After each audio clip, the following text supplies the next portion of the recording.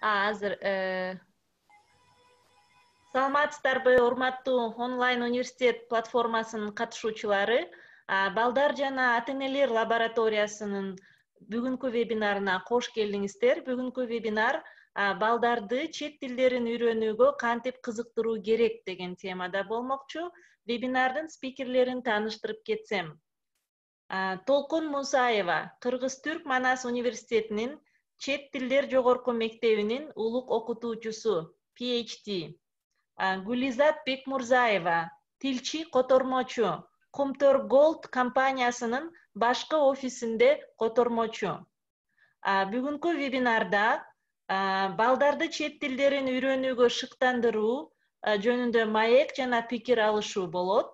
Ошондой эле мотивациянын түрлөрү жана балдардын чет тилдерге болгон кызыгуусун арттыруу боюнча маселелерге токтолобуз. Анда эмесе сөздү бүгүнкү вебинардын спикерлерине берсем. Рахмат, Элира. Баарыңыздарга дагы бир жолу саламатсыздарбы? Сиздер менен жүз көрүшүп турганыбызга биз абдан чоң кубанычтабыз.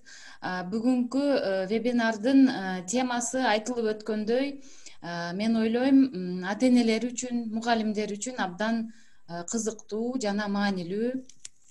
Мен ойлойм, жакшы бир маек кура алабыз бүгүн. Балдарды чет тилдерин үйрөнүүгө шыктандыруу, мотивация. Биз бүгүн көбүнчө ушул шыктандыруу жөнүндө, шыктандыруунун кандай жолдору бар, кандай ыкмалары бар, ошолорду карап өтөбүз.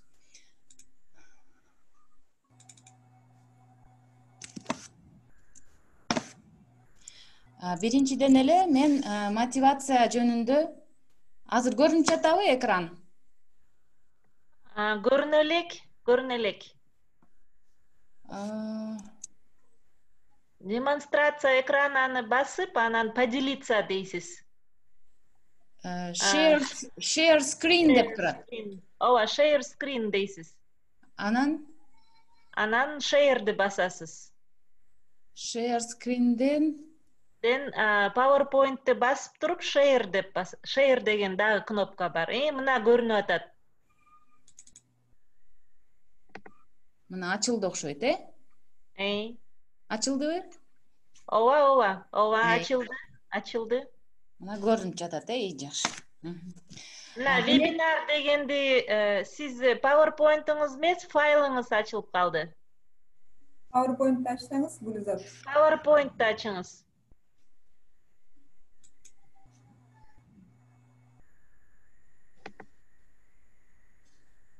Кечиресиздер.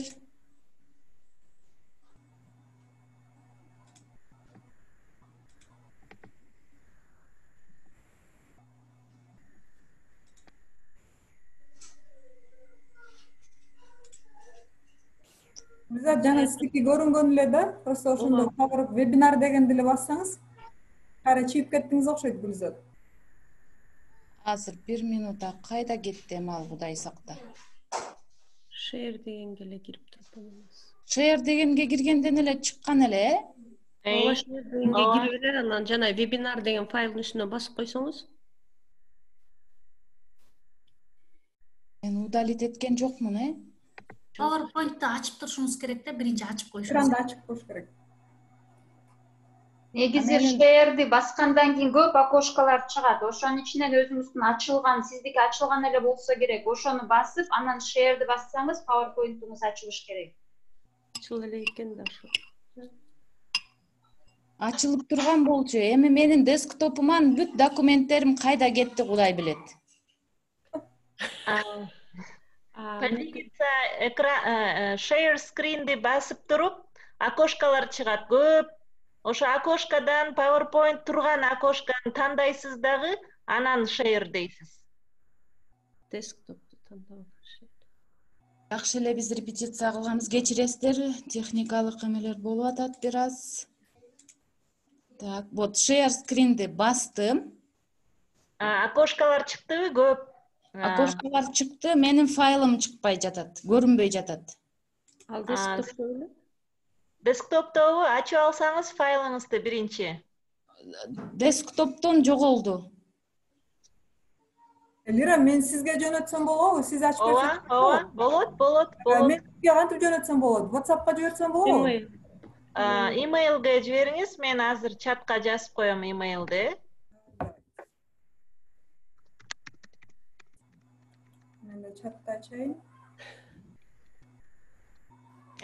Вот чатка жиберип койдум имейлди, ошого жиберсеңиз. Так, азыр мен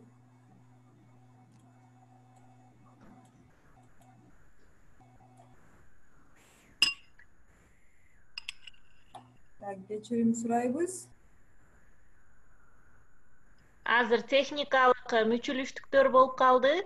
Азыр мага жиберсин, презентацияны мен поделиться кылам.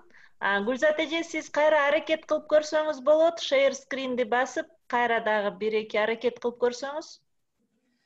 Share screen'ден документ көрүнбөй жатат, эми десктоптон документ кайда кеткени белгисиз болуп калды да. Share screen'ди бассаңыз эмне деген окошко чыкты? Share screen'ден Dropbox, Google Drive, Box'тор чыгып атат, бирок десктоп деген жок. Жибердиңизби сиз? Ооба, Элира, сизге келдиби? Келди. Ооба, азыр мына текшерип атам. Экөөңүздөрдүкү чогуу да, презентация. Кандай дейсиз? Экөөңүздөрдүкү чогуу презентация. Анда.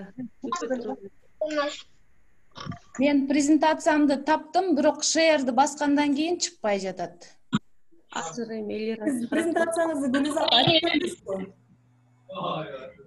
Ачып, өзүңүзгө ачып алсаңыз экранга анан чыгат. Экранга ачтым. Эми share'ни басыңыз. Мош, демонстрация экраны деген бассаңыз чыгыш керек.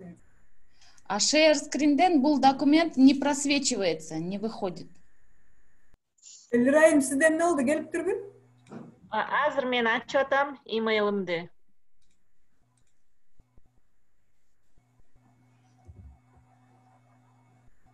Биз жарым саат, 1 саат мурун, калп айтпайм, 1 сааттан мурун кылып көрдүк эле, ачылган да, Гүлзат. Собственно эле ачылды. Жаман катуу толкунданып койгонбуз го көзү Гүлзат. эч нерсе болбойт, азыр Элира ачып берет. Эч нерсе эмес. Менин имейлим дагы катып калды го. Мукарам эже, сизге жиберейинчи? Мен Microsoft Teams установка кылып аткам. Мына Мукарам эже жөнөтүңүз. Вот, имейлиңизди ачып Гүлзат, эгер сиз жанагы share screen'ди бассаңыз, көп окошканын ичинен өзүңүздүн PowerPoint'уңузду тапсаңыз, ошонун үстүнө бир басып, анан Элира, айсыга жөнөттүңүз. Аутсаныкына, Yahoo. Аутса. Билелик. Мен share screen'ди бастым, бирок мага ошол ачылган көп окошкалардын арасынан PowerPoint'уңузду тапсаңыз, ошого бир басып коюңуз мышкаңыз менен, анан share десеңиз. ошол эме болбой жатат. Мен каалаган презентациям могу жерде чыкпай жатат. Эмне болду? Азыр бул жакка келди. Азыр келди. Мукарам эже бөлүшөт азыр. Мен дагы Murphy's Law болду го? Ушундай болуп атат. Болот, ушундай болуп турат. Азыр share screen кылайын. Презентация. Мына көрүнүп атат. Азыр. Ооба. Көрсө биздин Мукарам эжебиздин колу керек экен. Ошол экен. Көрүндүбү? Биздин Мукарам эжебиздин кнопкалары кыйын окшойт. Тартып алды силердикин. Азаматсыз Мукарам эже, чоң рахмат сизге. Эч нерсе эмес. Кийинки бетке өтсөк. Демек, бүгүнкү биздин темабыздын алкагында биз негизги басымды балдарыбызды шыктандырууга көңүл бурабыз. Мотивация, шыктануу, кызыгуу, бир нерсеге умтулуу, жаңы бир жетишкендиктерге кол сунуу дегендей бир которулат экен да. Анан биздин балдар эмнеге кызыгышат, эмнеге кызыгышы мүмкүн, эмнеге шыктанышы мүмкүн окуганда, бир нерсени үйрөнгөндө. Биринчиден, балдар мисалы үчүн чет тилин үйрөнгөндө же башка нерселерди үйрөнгөндө бир нерсени билүүгө кызыгат экен. Бир нерсени көбүрөөк өзүнүн буга чейинки билген билимин дагы көбөйтүүгө кызыгат экен. Дүйнө таануусун кеңейтүүгө кызыгат экен, шыктанат экен. Кийинки шыктануу бул коммуникативдик, башкача айтканда байланыш түзүү. Мисалы футболго, спортко машыкканда, каратеге барганда же сүрөт тартуу бир кружокторуна барганда же англис тилин үйрөнүү бир кружокторуна барганда ошол окшош кызыгуулары, окшош шыктануулары аркылуу жаңы бир байланыштарды түзүүгө кызыгат экен балдар. Ошол жерден барып өздөрүнө бир жаңы досторду табуу. Бизде айтат го, бирдей темада сүйлөйт деп, бирдей нукта болот, бир волнада болот деп коюшат. Ошондой бир жаңы досторду табууга кызыгышат экен. Дагы эмнеге кызыгышы мүмкүн балдар? Бул өзүн өзү өстүрүүгө. Азыркы заманда абдан бир популярдуу мындай бир модный бир сөз бар, саморазвитие. Ушундай өзүн өстүрүүгө да кызыгышат экен балдар. Өзүнүн таланттарын, өзүнүн жөндөмдөрүн өстүрүп өрчүтүүгө кызыгышат экен. Бир нерсеге жетүү, мисалы үчүн бир максат коет экен алдына. Ошого жетүүгө шыктанышат экен, умтулушат экен. Анан дагы бир шыктануунун дагы бир түрү бул кандай десем, шыктанууга кызыктыруучу нерсе катары бул мактоо болот экен. Мисалы үчүн мен бир нерсеге жетишсем, мени ата энем мактайт. Биринчи эле биз үй бүлөдөн башталат да, туурабы? Бизди таануу. Мен бир нерсеге жетишсем, мен бир нерсени жакшы үйрөнсөм, ошондо мени ата энем мактайт, бир туугандарым мактайт, жакындарым мактайт. Мен досторума таанылам. Мен бала бакчанын баласы болсо, ошол жердеги балдарга таанылам. Мектептин окуучусу болсо, мектеп жаштагы бала болсо, мен мектепке таанылам деген бир шыктануулар болот экен балдарда. Ошол эле учурда биз азыр мына айтып өткөн кызыгуулардын булактары бул позитивный, положительный, оң шыктануулар экен. Ошол эле учурда терс дагы кандай десем, мотивация да болот экен бул жашоодо, педагогикада, үй бүлөдө бул жазалоо. Мисалы үчүн балдар көбүнчө эмнеден коркушат? Бир эме бар го, тамаша бар го, эмне үчүн 1-июнь балдарды коргоо күнү. Себеби 25-30 майларда эмне болот? Жылдын аягы, чейрек чыгарылат. Ошол чейректен эгер бала начар баа алып калса, анда 1-июньда ошо корголуп калат да. Ушундай бир тамаша сөз дагы бар экен. Ошондуктан ушундай бир терс дагы, тилекке каршы терс дагы бир мотивациялар дагы болот экен. Кийинки слайдка өтсөк.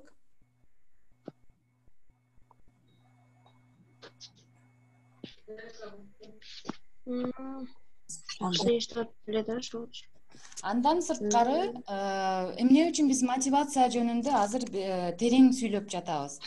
Себеби ар бир бала өзүнчө индивидуум, өзүнчө жекече инсан. Бир үй бүлөдө 2 же 3 бала болсо дагы ар биринин өзүнчө бир инсандык өзгөчөлүктөрү болот, өзгөчө таланттары болот, жөндөмдөрү болот. Ошондуктан биз азыркы басым жасап жаткан темабыз бул ата эне катары биз ошолорго көңүл бурушубуз керек экен. Ошондуктан мотивациянын, шыктануунун түрлөрүн карап өтөбүз. Себеби биз ата эне катары мотивациянын, шыктануунун түрлөрүн терең жакшы билсек, ошого жараша биз балдарыбызга колдоо көрсөтө алабыз. Мотивациянын сырткы, социалдык, коомдук түрү болот экен, жана ички, познавательный, бир нерсени үйрөнүүчү бир шыктануу, кызыгуу болот экен. Сырткы мотивацияга мен мисал келтирсем, мен немис тилинен бул чейректе 5 албасам, ата энем мени катуу урушуп велосипед алып бербей коюшат. Бул сүйлөмдү укканда бизде кандай сезим жаралат? Демек бул бала сырткы бир жазалообу, коркутуубу, бир коркуу сезим болуп атат да бул балада. Мен үйрөнбөсөм, анда бир жакшы нерсе мага берилбей калат. Бир велосипедке мен жетпей калам, мактоого жетпей калам, бир коркуу сезим менен үйрөнүп атат бул бала. Демек бул балада чыныгы бир ички шыктануу жок. Ал эми ички мотивациянын мисалын окуп берсем, мага англис тили сабагы абдан жагат. Себеби мен англис тилин жакшы сүйлөп, жакшы үйрөнүп алсам, ата-энем менен саякатка чыкканда мен аларга өзүм эле баарын которуп берем. Ал эми бул сүйлөмдү укканда бизде кандай сезим туулуп атат? Демек бул бала көптөгөн бир убакыт, көптөгөн аракетти жумшады англис тилин үйрөнүүгө. Кандайдыр бир жыйынтыкка да келип калды. Ушундай тыянакка келди да, мен жакшы үйрөнсөм, ички бир өзүнүн сезими ойгонду. Демек бул баланын ата-энеси көптөгөн мотивация, шыктануунун үстүнөн иштеген бул бала менен. Бала ошол саякатка чыкканга биринчиден кызыгып атат. Ошого өзүнүн дүйнө таануусу жетип жатат, жетиштүү болуп жатат. Анан ата-энесини колдогонго дагы бир сезим болуп атат да, ички сезим баланын. Демек биз ушундай мотивациянын үстүнөн иштесек, биз балдарыбыздын жетишкендиктери жакшыраак болот, арбыныраак болот. Кийинки слайдка өтсөк. Ошондой эле биз шыктануунун дагы бир эки түрүнө жакшы көңүл бурушубуз керек. Биринчиден бул туруктуу мотивация, шыктануу, экинчиден туруксуз шыктануу. Туруктуу деген эмне? Мисалы, мен англис тилин тандап алганым туура болуптур. Себеби азыр мен мультфильмдерин, англис тилде мультфильмдерин котормосуз эле түшүнө баштадым. Демек бул жерде бала ушундай деңгээлге жетти, мультфильмдерди, кандайдыр бир китептерди окуганда бала өзү эле түшүнүп жатат. Ошого өзүнчө сыйныктанып жатат. Анан бөлүшүп жатат ошол сыйныгы менен. Мен англис тилин тандап алганым туура болуптур деген жыйынтыкка келип атат. Демек биз негизи эле биз тилди үйрөнгөндө бир күндө эле мультфильмдерди англисче же немисче же испанча түшүнө калбайбыз да, туурабы? Тилди үйрөнүп түшүнүш үчүн биз бир нече убакыт жумшайбыз, бир нече аракет жумшайбыз. Демек бул баланын шыктануусу туруктуу, көптөн бери окуп, көптөн бери үйрөнүп келе жатат. Ал эми туруксуз шыктануу.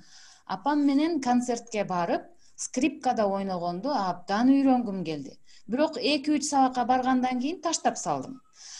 Бул жерде туруксуз шыктануу болуп атат балдардын. Негизинен жаш балдарда, мектепке чейинки жаштагы балдарда, бала бакча жашындагы балдарындагы шыктануу көбүн эсе туруксуз болот экен. Себеби алардын бир нерсеге концентрация деп коебуз, бир нерсеге бир нече убакыт отуруп көңүл буруусу абдан кыска да. Ошондуктан буга чейинки бир нерсеге таасирденсе, кийинки жаңы таасирденүү ошону жеңип кетет да, анан бат-баттан башка нерсеге кызыгып кетиши мүмкүн. Ошондуктан биз балдарыбыз менен балдарыбыздын кызыгуусу, бир нерсеге шыктануусун байкашыбыз керек экен. Мисалы үчүн бир нерсеге туруктуу кызыгып жатса, анда биз ошого басым жасашыбыз керек. Менин балам ушуга жөндөмдүүрөөк экен. Анда мен башка нерсеге көп кыйнабай, ушуга көңүл бурайын, ушун жөндөмүн колдоюн деп аракет жасашыбыз керек экен ата-эне катары. Ал эми туруксуз мотивацияны дагы биз тааный билсек, сезе билсек, анда биз баланы мажбурлабай калабыз да. Себеби бала ошол туруксуз бир нерсеге шыктанып кетсе, биз ошого көп басым жасап, аракет кылып баштасак, кээде түрткүлөй баштайбыз го. Мисалы үчүн курстарга ташып, анан тияка барып репетитор ала коюп, же өзүбүз отуруп иштей коюп, үйрөтө коюп, анда бул туруксуз шыктанууга көп басым жасап калсак, анда балдарга биз мындай заставлять, мажбурлагандай сезим болот экен балдарга. Ошондуктан мотивациянын, шыктануунун ушул эки түрүн дагы биз көңүлүбүзгө алышыбыз керек экен. Кийинки маалыматка өтсөк.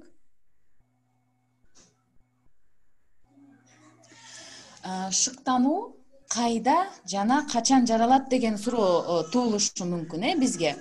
Көрсө биз ойлойбуз. Чынын айтсам, мен дагы мурда ойлойт элем, шыктануу бир нерсеге үн чыкпай жатат дейт. Угулуп жатабы мен сүйлөгөнүм? ооба угулуп эле жатат. ооба угулуп атат. Же катуураак сүйлөйүнбү кандай? Жок, ал өзү Жок, жакшы эле. Кээ бир техникалык чынын айтсам мен өзүм дагы мурда ойлойт элем шыктануу деген мектеп жашындабы же бир университетте башталабы деген бир ой болгон да менде. А көрсө шыктануунун негизги бир булагы, баштапкы бир түрткү берген түркүгү бул үй бүлө экен, ата эне экен. Изилдөөлөрдүн жыйынтыгына таянсак, шыктануу мектепте же мектеп жашында эмес, ымыркай кезден эле үй бүлөдөн жаралат экен. Үй бүлөнүн шартында ата эне кандай багыт берсе, кантип үйрөтсө балдарын, өзүнүн жеке жашоосу, жеке кызыгуулары менен шыктандырса, ошол жаштан эле бала үйрөнүп кетет экен. Шыктанууга кандайдыр бир негиз түзүлөт экен да, фундамент. Жаңы нерселерди үйрөнүүгө жана окууга кызыгууну ойготуу жана өрчүтүү ата эненин колунда. Анан бул жерде ата энелер, көпчүлүк ата энелер ойлошу мүмкүн. Туура, кошулам, жаңы нерселерди үйрөнүүгө кызыгуу ата эненин колунда. Бирок мен же жолдошум англис тилин же болбосо немис тилин, биз эч кандай тилдерди билбейбиз, жада калса орус тилинде эле мен чала бучук билем. Мен кантип эле баламды ушул тил үйрөнүүгө кызыктырышым мүмкүн деген бир шектүү бир ойлор дагы болушу мүмкүн да ата энелерде. Бирок биз бир гана бул жерде ата эне өзүнө өзү мындай ишенимде болуш керек экен. Чет тилин үйрөнүү бул менин балама артыкчылык. Мен башка нерсени үйрөткөндөй эле. Биз мисалы үчүн тамак жегенде деле үйрөтөбүз го баланы, туурабы? Басканда тайтайлап, тушоосун кесип мындай үйрөтөбүз го жаңы жөндөмдү. Ошондой эле нерсе бул тилди дагы үйрөтүү, бул колдоо, жанында болуу. Өзүм билбесем дагы балама шарт түзүп, жанында колдосом, жакшы угулбай жатат үн дейт. Өзүнөн окшойт, жакшы эле угулуп атат. Демек биз өзү ата энеси, мисалы үчүн ата энелер чет тилин билбесек дагы баланы негизи эле үйрөнүүгө кызыктыруу үстүндө иштесек болот экен. Кийинки слайдтан көрсөк, мунун уландысын.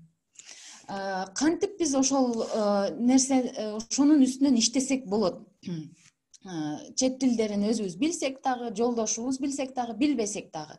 Балдарды чет тилдерин үйрөнүүгө кызыктырууда ар бир ата эне биз төмөнкү 3 негизги суроого жооп беришибиз керек экен. Биринчиден, эмне үчүн чет тилдерин үйрөнүү керек? Ушуга биз өзүбүзгө жооп алышыбыз керек экен. Себеби ушул суроолорго биз жооп алсак, анда биздин өзүбүздө ата эне катары бизде кызыгуу пайда болот дагы, ошол кызыгууну биз балдарыбызга дагы мындай жуктурабыз да, балдарыбызга өткөрөбүз. Экинчиден, кайсы жана канча чет тилдерин үйрөнүү керек? Үчүнчүдөн, кантип үйрөнүү керек? Же мен өзүм үйрөтөмүнбү балама? Чет тилдерин үйрөтүүгө мен өзүмдүн кудуретим жетеби? Өзүмдүн билимим жетеби? Өзүмдүн чыдамым жетеби? Ошондой суроолорго биз жооп беришибиз керек экен. Негизги 3 суроо. Эмне үчүн чет тилдерин үйрөнүш керек менин балам? Кайсы жана канча чет тилдерин үйрөнүш керек? Жана кантип үйрөнүш керек? Кантип ошол үйрөнүп жатканда мен кантип колдой алам баламды? Ушундай суроолорго биз өзүбүз жооп тапсак, анда биз балдарыбызды толук кандуу үйрөнүүдө колдой алат экенбиз. Кийинки слайдка өтсөк. Балдардын мотивациясы менен кантип иштөө керек? Биринчиден, ушул биз 3 суроого өзүбүзгө жооп таптык, себеби ар бир үй бүлөнүн өзүнчө шарты болот. Мисалы үчүн биз 2 жылдан кийин чет өлкөгө көчүп кетебиз деген үй бүлөлөр бар. Кээ бир үй бүлөлөр бар, менин балдарым котормочу болсо экен деп самашат.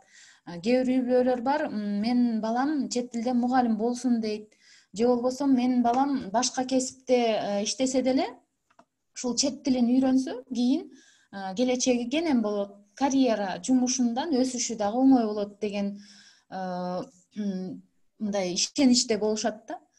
Ошондуктан ушул суроолорго жооп бергенден кийин өзүбүздө ишенич пайда болот, өзүбүздө кандайдыр бир нукка түшөбүз да ата эне катары. Анан балдарыбыздын шыктануусунун үстүнөн иштегенге бир жеңил болот.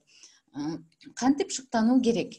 Шыктануунун үстүнөн кантип иштешибиз керек? Биринчиден, балдар азыр эми ушул мектепке чейинки мектеп жашындагы балдар жөнүндө сөз болуп атат. Балдар негизинен оюнгарак болот, оюнга кызыгышат. Ошондуктан балдарды оюн формасында үйрөтүш керек. Мындай жеңил кошо ойноп, эгер сөз билсек, өзүбүз тил билсек, кошо ойноп, өзүбүздүн эле кыргыздын оюндары бар. Ошолорду эле оюн формасында сүрөт тартуу, мындай карточкалар болот, ар кандай яркий. Себеби балдар мындай бир кооз нерселерди визуальный деп коет го, көрүү аркылуу көп кызыгышат балдар. Ошондуктан мындай кызыктуу материалдарды топтоп, кызыктуу нерселерди азыр Кудайга шүгүр материалдан биз өксүк эмеспиз, туурабы? Ар кандай китептер бар, ар кандай методикалык колдонмолор бар. Ошолорду дагы колдонсок болот. Негизги бул жерде басым жасаган нерсе бул оюн. Себеби негизи эле бала өзү калыптанганда, өскөндө оюн аркылуу көп нерселерди үйрөнөт экен. Ошондуктан англис тилин үйрөнөбү, башка немис тилин үйрөнөбү, оюн формасында үйрөтсөк, бала жеңил үйрөнөт. Мындай кыйынчылык туудурбай жакшы үйрөнөт. Экинчиден, балдардын кызыгууларын сөзсүз биз колдошубуз керек. Бул жерде кызыгуулары деген эмне сөз? Биз бир гана тилге эле басым жасабастан байкашыбыз керек, балабыз эмнеге кызыгып жатат. Мүмкүн менин балам каратеге кызыгаттыр. Мүмкүн менин кызым бир нерсени токуганга же колу менен ийне сайма сайганга кызыгаттыр.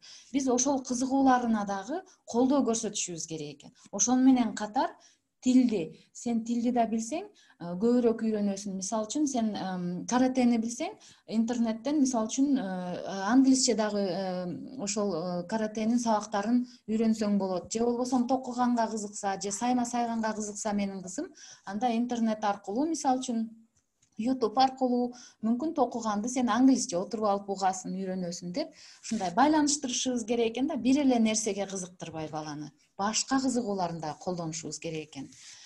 Кийинкиси бул кичинекей сыйлыктар менен балдарды сыйлыктарга көндүрүшүбүз керек экен. Поощрение. Чоң сыйлыктарга көндүрбөй. Себеби бала чоң нерсени күтүп калат да, кичинекей жетишкендиктер, чоң жетишкендиктерине дагы мындай сөз менен мактоолорго дагы, сөз менен таанууга дагы көндүрүп үйрөтүшүбүз керек экен. Чоң сыйлыктарды бизден күттүрбөй. Дагы маанилүү нерсе бул балдар эмнени үйрөнгөнүн сурашыбыз керек экен. Мисалы үчүн биз көбүнчө эле мактайбыз го балдарды мектептен мисалы үчүн 5 алып келсе азаматсың деп биринчи эле мындай бааны сураганга ата-энелер даяр турабыз да, мектептен келгенде. 3 алса мындай башкача сезим жаралат, бизде жакшы окуп аптырсың, сен жакшы даярданып аптырсың. Анан балада мындай бир аянычтуу бир сезим пайда болот да. Ошондуктан биз басымды эмнени үйрөнгөнүн сурашыбыз керек экен. Мисалы үчүн бүгүн англис тили сабагы болду, talking club болдуго, ошол жерде силер эмнени сүйлөдүңөр, эмне жөнүндө сөз болду, сен жаңы эмне нерсени үйрөнүп келдиң деген ушундай бир тактоочу суроолорду беришибиз керек экен. Канча баа алдың? Анан сени мугалим мактадыбы? Сени азаматсың деп айттыбы деп көбүнчө сурашат. Туура, бааны дагы биз сурашыбыз керек, бирок аягында сураш керек.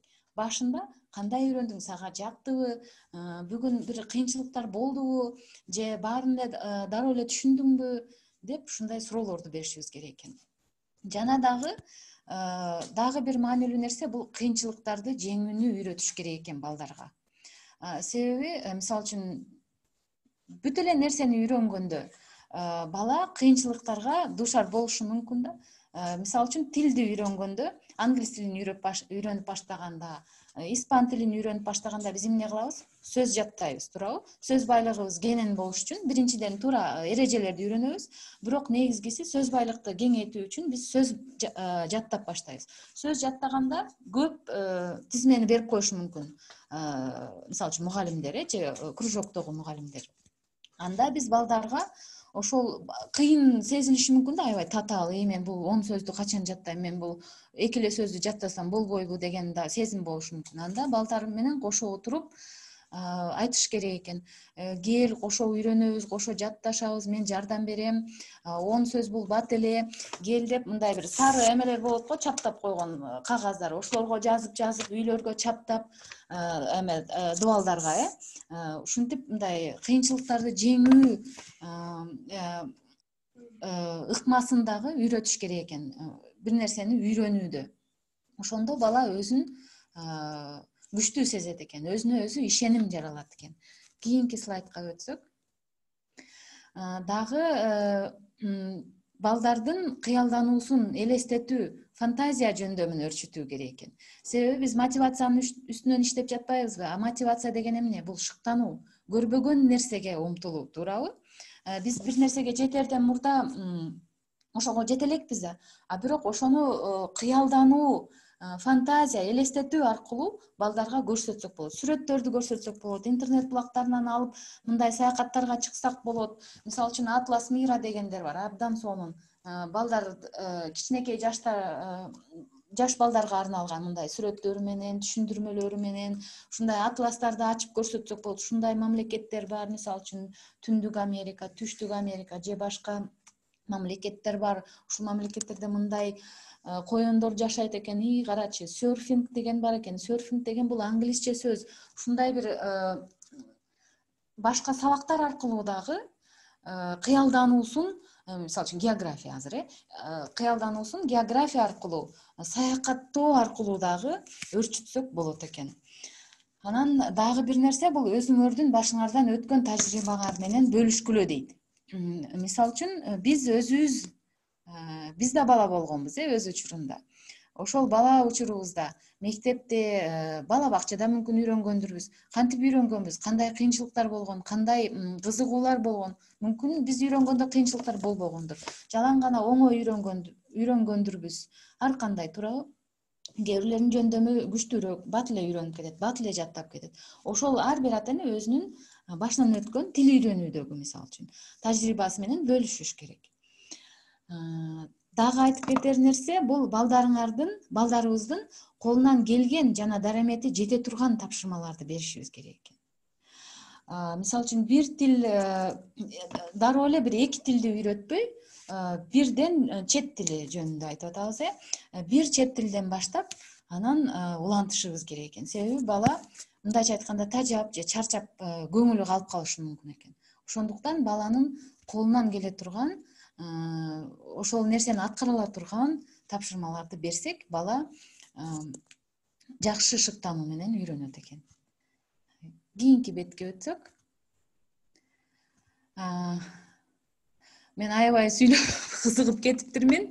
Өзүмдүн оюм ушул болчу. Негизги оюм бул мотивация, шыктануу аркылуу балдардын биз бир гана чет тилдерин эмес, негизи эле жалпы үйрөнүүгө кызыктырсак болот экен.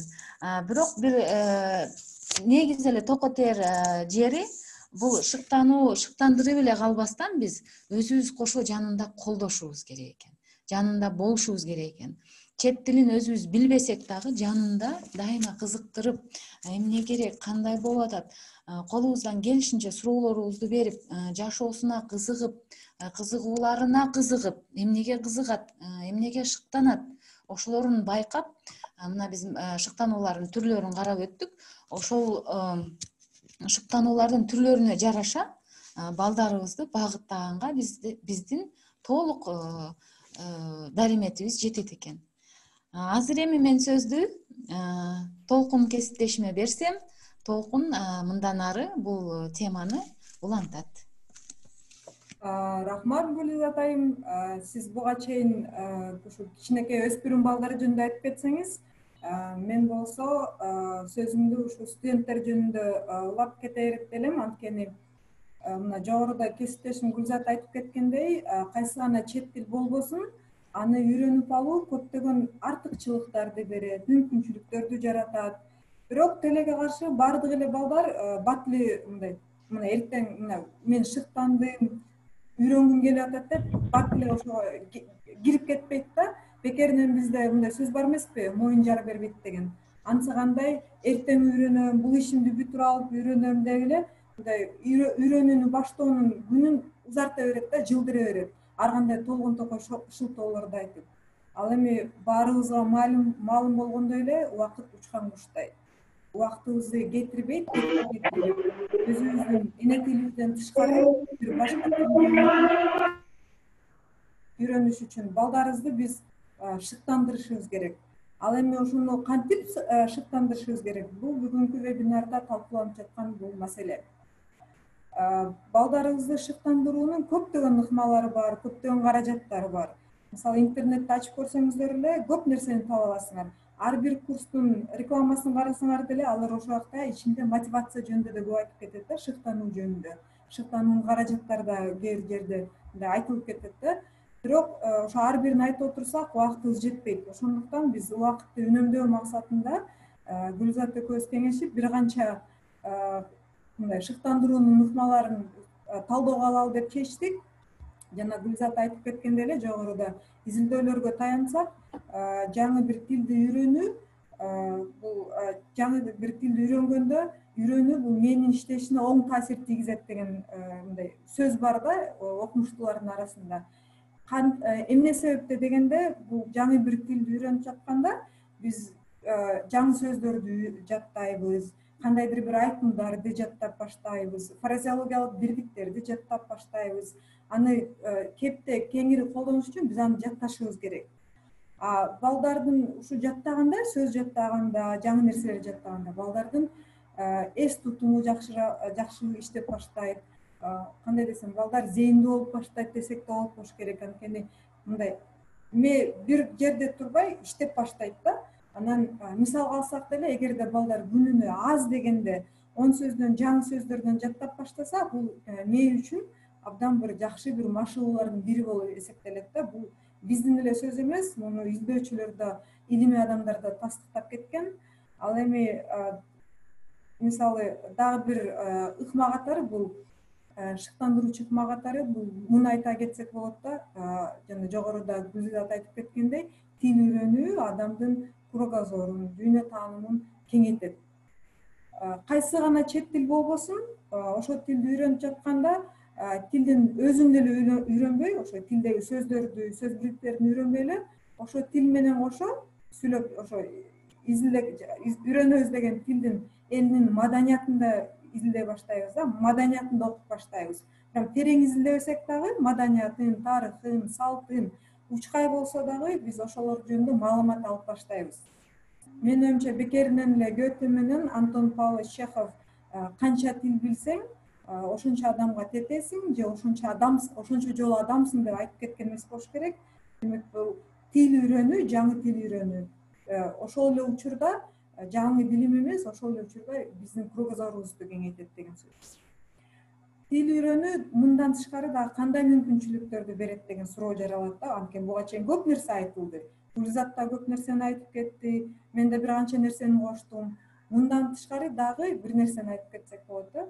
Ушу кең дүйнөнүн кайсы гана бурчуна барбайлы англис тилинде сүйлөшөт. Эң аз дегенде англис тилинде сүйлөшөт. Демек, эң аз дегенде англис тилин өздөштүрүп алсак, бул бизге өзүбүздү баарлашууда, кандайдыр бир ой пикир албашууда көптөгөн бизге эркиндикти берет да. Кийинки слайдты коюп коесузбу же?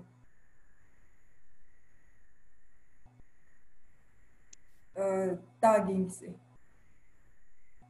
Мына ошо биз деген барган кайсы гана өлкөбүзгө барбайлы, ошо өлкөдө англис тилин билсек, бизге ошо жетиштүү болот да. Анткени ошол өлкөдө көп учурда англис тилинде, эң аз дегенде англис тилинде сүйлөшөт. Бул деген эркиндик, бул жана саякат кылуу маанисинде гана эмес да. Анткени туура биз саякатка чыксак, кайсы гана жерге барбайлы англис тилинде сүйлөшөт. Бирок бул эркиндик мындан тышкары да башка эркиндикти берет. Бул кайсы эркиндик? Бул эркиндик жана илимий изилдөөлөрдө маалыматты топтоо эркиндиги. Анткени биз ушу студенттер окуу жайларын бүткөндөн кийин мындай илим жолуна түшө турган студенттер, окуучуларыбыз болсо, алар сөзсүз илим изилдөө жолунда болушат. Ал эми азыркы тенденцияны карап көрсөк, көпчүлүк изилдөөлөр, жаңы изилдөөлөр, алар маалымат булактары тилекке каршы англис тилинде. Анан ошо англис тилдүү булактардан маалымат жыйнайм, топтойм десеңиз, изилдөө кылам десеңиз, анда сөзсүз ошо англис тилин билүү керек болуп калат да. Ушундай зарылчылык жаралып атат биздин уже. Биз каалайбызбы, каалабайбызбы, ушул нукта кете турган болсок, ушундай зарылчылык пайда болуп кетип атат.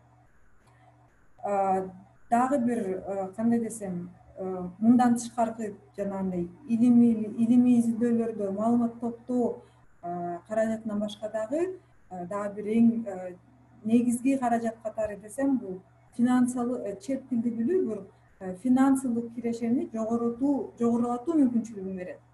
Бул эмне деген сөз? Акыркы маалда жана маянасы жогору болгон жумуштар тууралуу жарыяларга көз сала кетсек, мындай бир тенденцияны байкайбыз да. Чет тилин билген кандидаттарга артыкчылык берилет. Эмнеге дегенде, ошол компания же болбосо ошол фирма өлкө ичинде эле эмес, чет элден келген инвеститорлор менен дагы иштеши мүмкүн да. Ошон үчүн сөзсүз эле биякта тил билүү керек болуп калып атат. Эгерде муну байкап турсак, мен өзүмдүн эле студенттеримен сөз кылып кетсем, студенттерим жөнүндө, акыркы маалда балдардын көбү эле Дубайга кетишет. Дубайга барып же отелдерде иштешет, же ресторандарда иштешет, же болбосо магазиндерде, моллдорунда иштешет да. Аякта көбүнө эсе англис тили жетиштүү билсең. Сөзсүз эле араб тили эмес, англис тили жетиштүү да. Анан ошол жакта жакшы маянасы жакшы жумуштарга кирем дегендердин көбү эле англис тилин үйрөнүп кетип атышат. Анан ушу мен бир канча эле ыкмага токтодум, анткени булар жетиштүү деп ойлойбуз, анткени булар уже чоң киши үчүн ушул бир канча ыкма жетиштүү, анткени уже балдар көп нерсени көрдү, окушту, мындай тегерек четке баам кылышты, анан көрүштү да, ушундай жыйынтыкка келдик. Ушу жыйынтыктарга таянып айтып кетсек, ушул нерселер мындай көп учурда акча маселеси болуп атпайбы? Ушу мен ишимди англис тилин билсем, жакшы ишке илинип калышым мүмкүн деген да бир чоң мотивация деп эсептейм да, ышыктандыруучу каражат деп. Анан эми мен өзүм жөнүндө айта кете турган болсом, менин чет тилге болгон кызыгуум мен кичинекей кезимде эле башталган. Ушул слайдка өтсөк, кечиресиз Толкун. Булардын баары калып кетти окшойт, слайддардын баары айтып кетти. Азыр бир слайд, ушул жерде токтосоңуз, рахмат. Мен кичинекей кезимде, мен өзүм жакшы көргөн китебим бар болчу да, Мифы и легенды Древней Греции деген. Биякта мактанган сыяктуу болбойм, бирок ошол китепти окуп, мен көп маалыматтарды алып, анан ошол кызыкчумун ушу Греция кандай өлкө болду экен, Афины шаары кандай болду экен, ошол легендаларды окуп, өзүмө Гүлзат айтып кеткендей фантазиям өрчүп кеткен да. Анан кийин чоңойгондон кийин ошол жака барышым керек деп чечим кылдым да өзүмө. Анан ушу тилди билгендигим үчүн ушу ата энеме ыраазымын да, мен туура нукка салып кеткендеринечи. Ушу тилди үйрөнүп, ошол жакта Афинада болгон конференцияга катышып, анан ушундай Акрополис деген жерди көргөнгө мүмкүнчүлүгүм болду да. Бул бир эле кандай десем, бул бир эле жагы ошо шыктануунунчу. Анан дагы бир башка жагы бар да. Кийинки слайдда окуйбузбу же? Бул жана мен акыркы жылдары биз англис тилин сак үйрөтүп атканда кинолорду да көрөлү деп, чогуу балдар менен кино көрөбүз да. Анан биз ошо кинолорду көрүп атканда Мальчик в пижаме деген кинону көргөнбүз. Ал согуш маалындагы жана концлагерде жашаган бала жөнүндө да. Анан ошол кинону көрүп алып, мен абдан ушу адамдар көп учурда саякатка чыкканда мындай сонун жерлерди көрөйүн, ошол жерлерди көрүп жакшы сезимдер пайда болуп, суктанып келейин деген да ушуна мотивация менен көп адамдар саякатка чыгышат да. А мен болсо бул жака келгенде бул Польшадагы Освенцим. Бул концлагер. Мен да ошо кинону көргөндөн кийин ушул жакты көргүм келип кетти да. Адамдар ушундай кыйынчылык заманда, абдан заар заманда ошондой кыйынчылыктарды сезген. Негизи бул абдан мен негизи сабакты туризм факультетине сабак берем да, кесиптик англис тили боюнча. Биз аякта гидтерге сабак берем. Аякта туризмдин түрлөрүн үйрөнөбүз. Анан ошол жакта бир дум туризм деген бар, же болбосо dark туризм. Бул деген жана согуш болгон жерлерге саякат кылуу, анан ошол менен мотивация болуп бир 2 жыл мурун ошо Польшага барып Освенцимди көрүп келгем да. Муну көрүп эми мен балдарга дагы ушундай туризмдин ушундай түрлөрү бар экенин, бир гана жыргалчылык үчүн мындай, чтобы не чтобы просто развлекаться мы ездим в другие страны, мындай эл ыйлаган, ый болгон жерди көрө турган жерлер да бар деп ушуну мисал кылып айтып кетем да балдарымачы. Анан кийинки слайд болсо бул баардыгыбыз эле кичинекей кезибизде Индиянын кинолорун абдан көп көрдүк болуш керек. Биякта Индия өлкөсүнүн кинолоруна абдан жакшы көргөн адамдар көп. Анан мен да ошолордун арасындамын. Мен да ушу Индияда эки адамдын ортосундагы таза сезимдерди даңазалаган, ошо даңазалаганга атайын курулган, ошо эки сүйгө курулган бир хан сарайы бар. Бул баарыбызга маалым болгондой эле бул Тадж Махал. Ошону да көргүм келип, мына тилди билгендигим үчүн, тилди үйрөнүп алгандыгым үчүн ушундай тил мага ушундай мүмкүнчүлүктөрдү берди да. Анан ошентип мен ушулар жөнүндө көп балдарыма да айтып кетем да. Анткени тилди билүү бул бизге көп нерсеге ачкыч болуп берет. Бирок мен бир нерсеге өкүнөм да, тилди үйрөнгөндө мен тилди кандай десем, бул инструмент катары колдонбой, тил бул мен негизги үйрөнгөн аспектим болуп калды да. Эгерде тил менен кошо башка нерсе үйрөнсөм, мүмкүн башка жаатта болмок белем. Ансагандай тил дагы бир жолу кайталап кетким келип атат. Тил бул ачкыч. Көп эшиктердин ачкычы. Тил билсе, көп эшиктер ачылат. Ошо биздин бүгүнкү даярдаган талкуубуз ушул мотивация жөнүндө болчу. Менин да бөлүгүм сонуна келди. Сурооңуздар бар болсо, көтөрүүгө даярбыз. Чоң рахмат, Толкун, Гулизат. Кийинки бөлүгүн мен модераторлук кылып алып барайын. Абдан кызыктуу маек болду. Мен өзүм деле тилчи мугалиммин, биринчи кесибим боюнчачы, бирок көп жылдан бери башка кесипти аркалап жүрөм да. Ошо силердин презентацияңардан көп нерсени кайра үйрөнүп, мындай эметим макул болдум көп жеринечи. Анан азыр суроо узатсак, анан көрүүчүлөр сиздерде суроо болсо жазгыла же колуңарды көтөрүп суроо берсеңер болот. Аңгыча менин деле суроолорум бар да, кыздар. Жана Гулизат, сен аябай жакшы айтып кеттиң шыктандыруунун формаларын, туруктуу, туруксуз, ички, сырткы деп. Анан жана эме дагы аябай жакшы мага жакты да, жана өзүңөрдүн тажрыйбаңарды деле балдарыңарга айтып тургула. Анан бул мындай үлгү катары гана эмес, аларга мындай жолдорун дагы биз айтып беребиз да, бизде деле ушундай болгон, боло берет деп туруп, ошо кыйынчылыктарды жеңгенин ошо өзүбүздүн мисалыбызда түшүндүрсөк болот да. Андан кийин менин балдарым бир жолу айтып атпайбы, силерди уга берсек, атам экөөңөр прям ушундай идеальныйсыңар, баарын укмуш кылып эле укмуш окугансыңар деп туруп чоң кызым күлгөн. Анан ошондон кийин мен ойлонуп калып, чын эле жакшы жактарды эле айтып береткенбиз да, мисал кылып эле мен мынткем, анан сен да ошент, мен деле анан мынтип коюп деп. Анан ошон үчүн кээде мындай салмактап эмелерди эле айтсаңар болот. Ооба, менде деле ошондой болуп, анан достор жок болуп, араң дос таап, анан кыздар менен достошпой, мисалы да, же тилди үйрөнө албай деп мындай ошондой реальныйраак кылып айтыш керек экен да. Ооба, Гүлзат, туура, сенин айтканың мага жакты. Себеби позитивдүү деп айтып атпайсыңбы? Көп нерселер ата-энелер биз чындыгында көбүнчө энелер биз балдарыбызды аяйбыз, туурабы?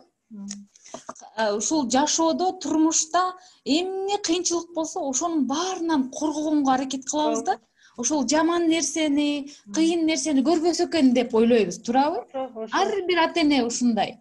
Ошол эле учурда биз туура бул жашоонун, бул дүйнөнүн жакшы жагын, позитивдүү жагын көрсөткөнгө аракет кылышыбыз керек.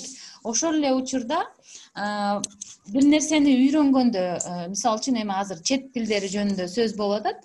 Чет тилдерин үйрөнүп баштаганда биз ошол өзүбүздүн башыбыздан өткөн бир тажрыйбалар менен бөлүшсөк, бул биздин балдарыбызга кийинки чоңойгондогу жашоосунда бир кыйынчылыктарды жеңүү ыкмасын үйрөтөт экенбиз. бир кыйынчылыктарга мындай туруктуу туруштук берүү ыкмасын үйрөтөт экенбиз да. Демек жашоодо ушундай дагы болот, бирок мен аны жеңип кете алам деген ишенич сезим болот экен. Ошон үчүн тажрыйба менен бөлүшүү бул бир гана үйрөнүүгө шыктандыруу эмес, бул ошондой эле жашоодогу баланын өзүнө өзү ишенүү сезимин туудурат экен жана мындай кандай десем, бир нерсеге жетишүүнү кыйын деп эсептебей калат да.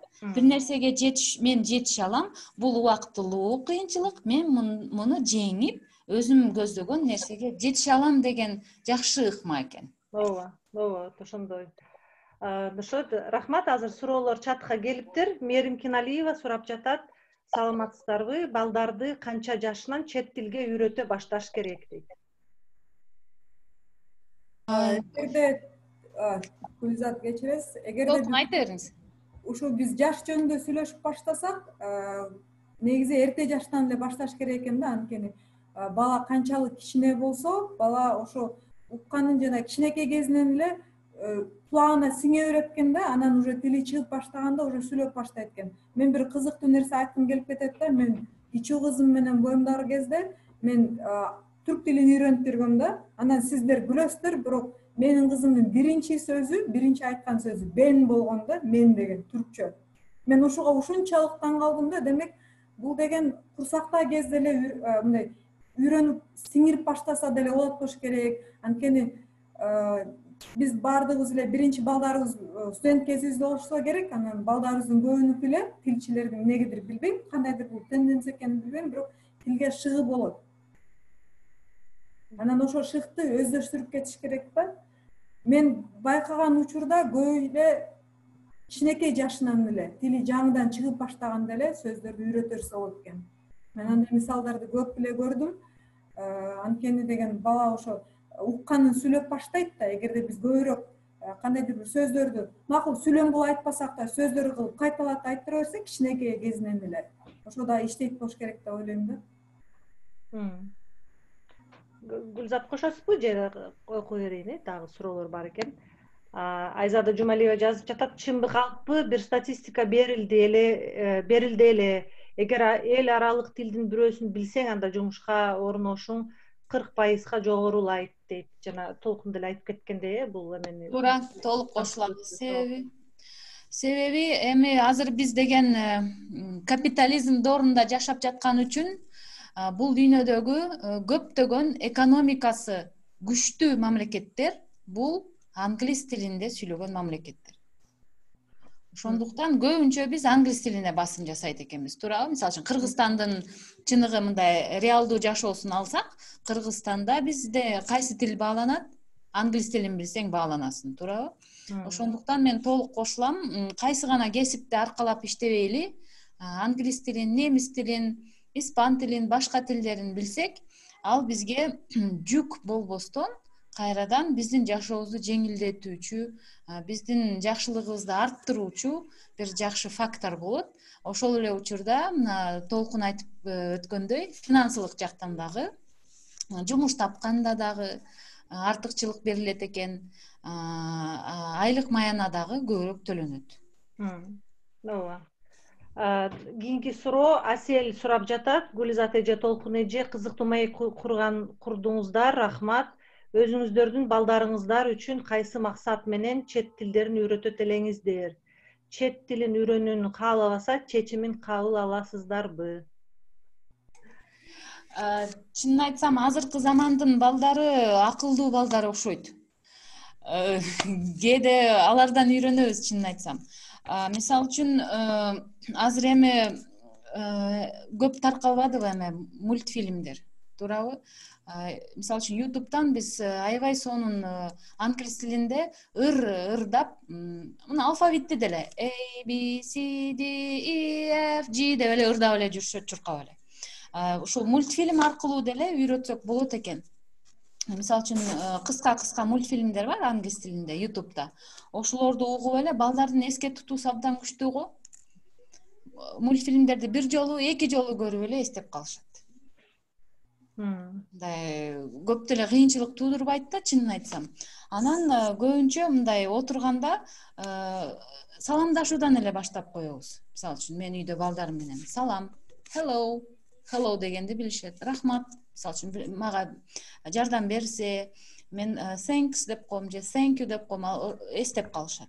Мындай ситуативный, шартка байланыштуу ошону эстеп калышат дагы. Кийин өздөрү эле айтып калышат. Мисалы үчүн мен аларга мисалы үчүн бир нерсе жасасам же бир нерсе берсем же жардам берсем, айта башташат өздөрү эле. Ошондой ыкмалар аркылуу дагы мындай оңой үйрөтсөк болот. Эгер эмне максатта мен балдарымды чет тилдерин үйрөткүм келет жана үйрөтөм. Себеби актёрдун баласы көбүнчө актер болуп калат го. Сүрөтчүнүн балдары көбүнчө сүрөтчү болуп чоңоюшат. Себеби чөйрөсү кандай болсо ошондой чоңоюшат. Мен да ойлойм, балдарым менин англисче сүйлөгөн көбүнчө менин чоң балам айтат: "Ай, сен азыр эмне деп айттың?" депчи. Мисалы үчүн кээде англисче сүйлөгөндөчү сурайт: "Апа, ты сейчас что сказала?" деп. А мен которуп берем: "Ой, апа, я хочу сам понимать, когда ты говоришь" дейт да. Демек биз өзүбүз дагы ошо кызыгуусун туудурат экенбиз. Мен эмне максатта үйрөткүм келет? Дүйнө таануусун кеңейтким келет балдарымдын. Анан дүйнөнүн көп жерлерин көрсө деп каалайм. Анан өз мындай баарлашуу эркиндигин бергим келет балдарыма. Чет тилдерин үйрөнбөй коебу билбейм, бирок эгер чет тилдер мага такыр жакпайт, апа, мен үйрөнбөйм десе, аны мен кабыл алам. Мажбурлаганга туура эмес деп ойлойм. Эгерде мен өз кыздарым жөнүндө кеп калсам, мен 2 кыздын энесимин. Улуу кызым, ал азыр студент.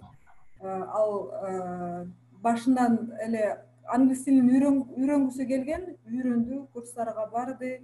Тилекке каршы балдары бизди мугалим катары көрбөйт экен, бизден үйрөнгүсү келбей, башка жерден үйрөнөт экен да, эмнегедир экенин түшүнбөйм, бирок бизди ата эне катары көрөт болуш керек, мугалим катары эмес. Ошондуктан кызым курстарга барып жүрдү, үйрөндү, бирок негизги кесип катары башканы тандап алды.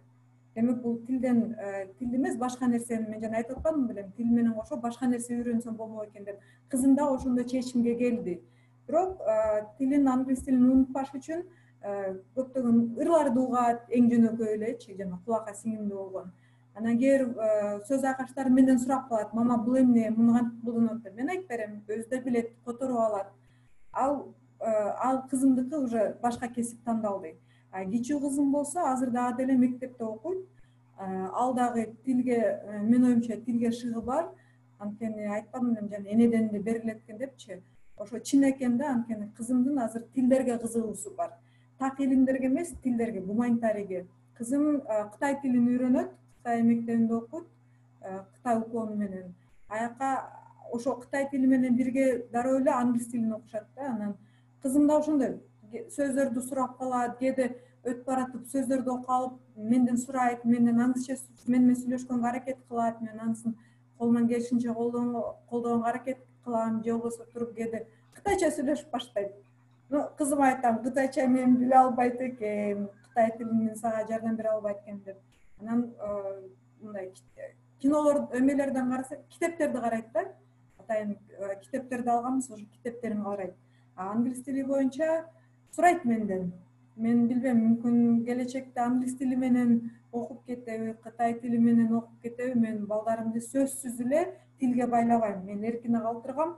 Анткени балдардын ар бир мүмкүнчүлүгү ар кандай да. Мисалы, бирөө тилге жакын болот, бирөөгө так илимдер жакын болот. Анан мен ошо мажбурлап эле тилге киргизип коюп эле ошо менен баланын шагын сындыргым келбейт да. Эгер бала өзү тил үйрөнөм десе, колдойм, жардам берем, колуман келишинче шарттар түзүп бергенге жардам берем. Ал эми каалабаса, ошо каалаган нерсесин өнүктүргөнгө аракет кылабыз. Биздики эркин. Рахмат. Бактыгүл Тулебаева сөз сурап жатат. Бактыгүл, микрофонуңузду күйгүзүп сурооңузду узатсаңыз. Саламатсыздарбы, чоң рахмат айтып берген нерселериңизге. Көбүнчө нерселер теория жактан болуп калды да. ага чейин деле өзүңүздөр айтып кеттиңиздер, мисалы үчүн өзүңөрдүн практикаңыздардан бирок оюн формасында өтүү, балдардын кызыгуусун күчөтүү деген боюнча практикалык эмне кеңештерди айта аласыздар сиз? Бактыгүл айым, сиз абдан жакшы суроо бердиңиз. Биз бүгүнкү вебинардын темасы шыктандыруу. Чет тилдерин, балдарыбыздын чет тилдерин үйрөнүүгө шыктануусун колдоо жөнүндө болду. Көбүнчө биз чындыгында теория жагына басым жасадык. Себеби ата-энелер биринчиден ошол шыктануунун кандай түрлөрү бар, ошону таанып билишибиз керек экен. Ошону менен кантип иштөө жолдорун мындай талкуулап чыгышыбыз керек экен да. Ал эми сиз айткан практика жүзүндө кандайдыр бир техникалар, методикалар бар.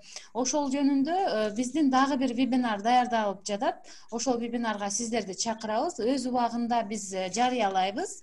Ошондуктан убактыңыздар болот деп ишенем. Убактыңыздарды бөлөсүздөр деп ишенем. Кийинки вебинар ушул сиз кайрылып кеткен суроого, кайрылып кеткен практикалык жактан кандай жасасак, кантип колдонсок, кандай ыкмалар бар, кандай тажрыйбалар бар, ошолордун баарын биз кенен кийинки вебинарда талкуулап өтөбүз. Ошого катышыңыздар. Рахмат. Бактыгүл айым, сизге да чоң рахмат. Мен сиздин сурооңузга да жооп бергим келип атат. Муну мен өзүм байкагамда бир аэропорттордун биринде отурсам, бир үй бүлө келди да жаныма. Мындай сыртынан карасам, орустарга эле окшош да, сүйлөгөнү дагы орус акцент, орустар сүйлөйт англис тилинде, ошондогу да акцент да. Анан байкап турсам, балдары менен да ошону сүйлөп атат, жолдошу менен да сүйлөп атат. Любой нерсени балдарына англисче айтып, балдары да ошого көнгөн окшойт. Англисче жооп берет. Кыска сөз болсо дагы англисче жооп берет да. Энеси туурада сүйлөгөндө каталар көп болду да. Мен тилчи катары көрүп, анан каталарын көрдүм. Анан ошондо чечим кылдым. Булар англис тилчи эмес экен, англичандар да эмес экен. Булар орустар эле болуш керек да. Андан кийин ошо байкаганда мага жаккан жери булар элементарный нерсе болсо дагы англисче айтып атты да. Мага сууну берип койчу, муну ыргытып салчы, тийбей ага, сен айтып койчу, сен эмне кылып атасың деген жөнөкөй сөздөрдү, оңой эле сөздөр да, аны кандай десем, разговорниктерден деле таап айтса болот да, ошолорду балдарына ошондой мамиле кылат экен да, англис тилинде. Балдар да ошого көнүптүр. Дароо эле билбесе туруп калат да, анан энеси сурайт экен, эмнени билбей атасың да, анан орусча сураганда мен түшүндүм да, орустар турбай деп. Ошондо сүйлөшүп калганбыз да, сүйлөшүп калсак алайт деп биз чет өлкөгө жашаганга даярданып атабыз. Анан мен любой мүмкүнчүлүк менен пайдаланып англис тилинде кайрылам дейт да. Балдарым да ошого көнүп келатат дейт. Демек биз дагы өзүбүз дагы ошо тилдер менен сүйлөп, жөнөкөй сөз болсо деле айтып, балдарды көндүрүп, аларды да айттырып тартышыбыз керек экен да. Туура, рахмат. Сизге да рахмат. Рахмат кыздар. Кийинки суроо жана өйдөдө суроого Гүлизаттын жообуна ылайык экен. Үйдө балдарга тил үйрөтүүдө технологияларды колдоносуздарбы? Ошол тажрыйбаларды айтып берсеңиздер. Демек, дагы бир вебинарды күтөбүз силерден. Силер бүт ошо программаларды бар болсо ошо бекер интернеттеги же мындай китепчелерди көрсөтүп кетсеңер. Азыр кошумчаңар барбы бул суроого? Жок, Биз жана бүгүнкү вебинарыбыз бул чет тилдерди үйрөнүү, өзгөчө англис тилин үйрөнүү боюнча семинарлардын биринчиси деп айтсак болот болуш керек. Андан ары да улантабыз. Биз ошо башка мугалимдер менен да сүйлөшүп атканбыз. Ошо жана кандай технология, кандай десем, бекер технологиялар сатып ага акча коробой эле бекер эле жүктөп алсак болот да Play Market'тен. Ошолор менен кантип иштесек болот деген семинар өткөзүлөлү деп ойдо бар да ошондолор. Эң сонун. Ооба, биякта силерге рахматтарымды айтып атышат көбү. Дагы бир суроо Мукарам Токтогуловадан. Кээ бир балдар 3-4 тилде сүйлөшөт, бирок бирин да жеткиликтүү билбейт. Бул маселени кантип чечүү керек? Ушул маселе азыр суроону көрүп мен абдан кызыктым. Чындыгында ушундай үй бүлөлөр көп. Жана мен презентацияда айтып кеткендей, мен каалап кетер элем ата-энелерге. Биринчиден, ата-эне катары биз 3 суроого жооп беришибиз керек деп айтылып кетти. Ошол суроонун бири менин балдарым кайсы жана канча тилдерин үйрөнүү керек канча тил билгенин мен каалаймын деген бир суроого биз өзүбүз жооп беришибиз керек экен да, ата эне катары. Ошон үчүн бүгүнкү вебинардагы кандай десем бир басым жасоочу нерсе бул ата эненин ролу. Ушул балдарыбыздын чет тилдерин үйрөнүүдө ата эненин ролу. Ата эне кандай кызмат аткарат, кандай түрткү болот. Ошондуктан биз туура 4-5 тилде сүйлөп калышат балдар, бирок бирин дагы мындай жакшы деңгээлде биле албай калган дагы үй бүлөлөр болуп калат. Туура. Бирок мен ушул 4-5 тилде сүйлөгөндүгүн мен артыкчылык гана катары көрө алам. Ошол эле учурда бирок биз балдарыбызга багыт берип колдошубуз керек. Кайсы тил балдарыбызга керегирээк? Приоритет деген жакшы сөз бар го орусча. Ошол кайсы тил биздин балабызга, мисалы үчүн, мүмкүн биздин балабыз бир кесипке кызыгаттыр. Кичинекейинен эле кээ бир балдар билишет го, мен мындай болом деп. Ошого жараша анан окуп кетет. Ошол болочок кесибине керектүүрөөк бир тилине басым жасасак болот деп ойлойм да. Же бир кызыгуусу бардыр башка бир нерсеге, бир жөндөмү бардыр, бир таланты бардыр сүрөт тартканга же башка нерсеге. Ошого жакыныраак, ошол кесибине, жөндөмүнө түрткү көбүрөөк, жакшыраак түрткү боло турган бир тилди тандаганга биз ата эне чечим чыгарышыбыз керек деп ойлойм да мен. Себеби 4-5 тилди биле берсин, аны билгенден эч зыян жок.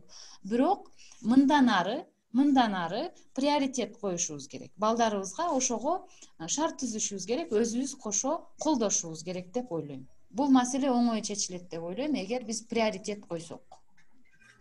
Эже, рахмат сурооңузга. Бул мен үчүн да бул проблема катары көрөм. Мен үчүн да, анткени мен студенттерге сабак берем. Мен студенттерим түркчө сүйлөшөт, англисче, орусча, кыргызча, анан немисче.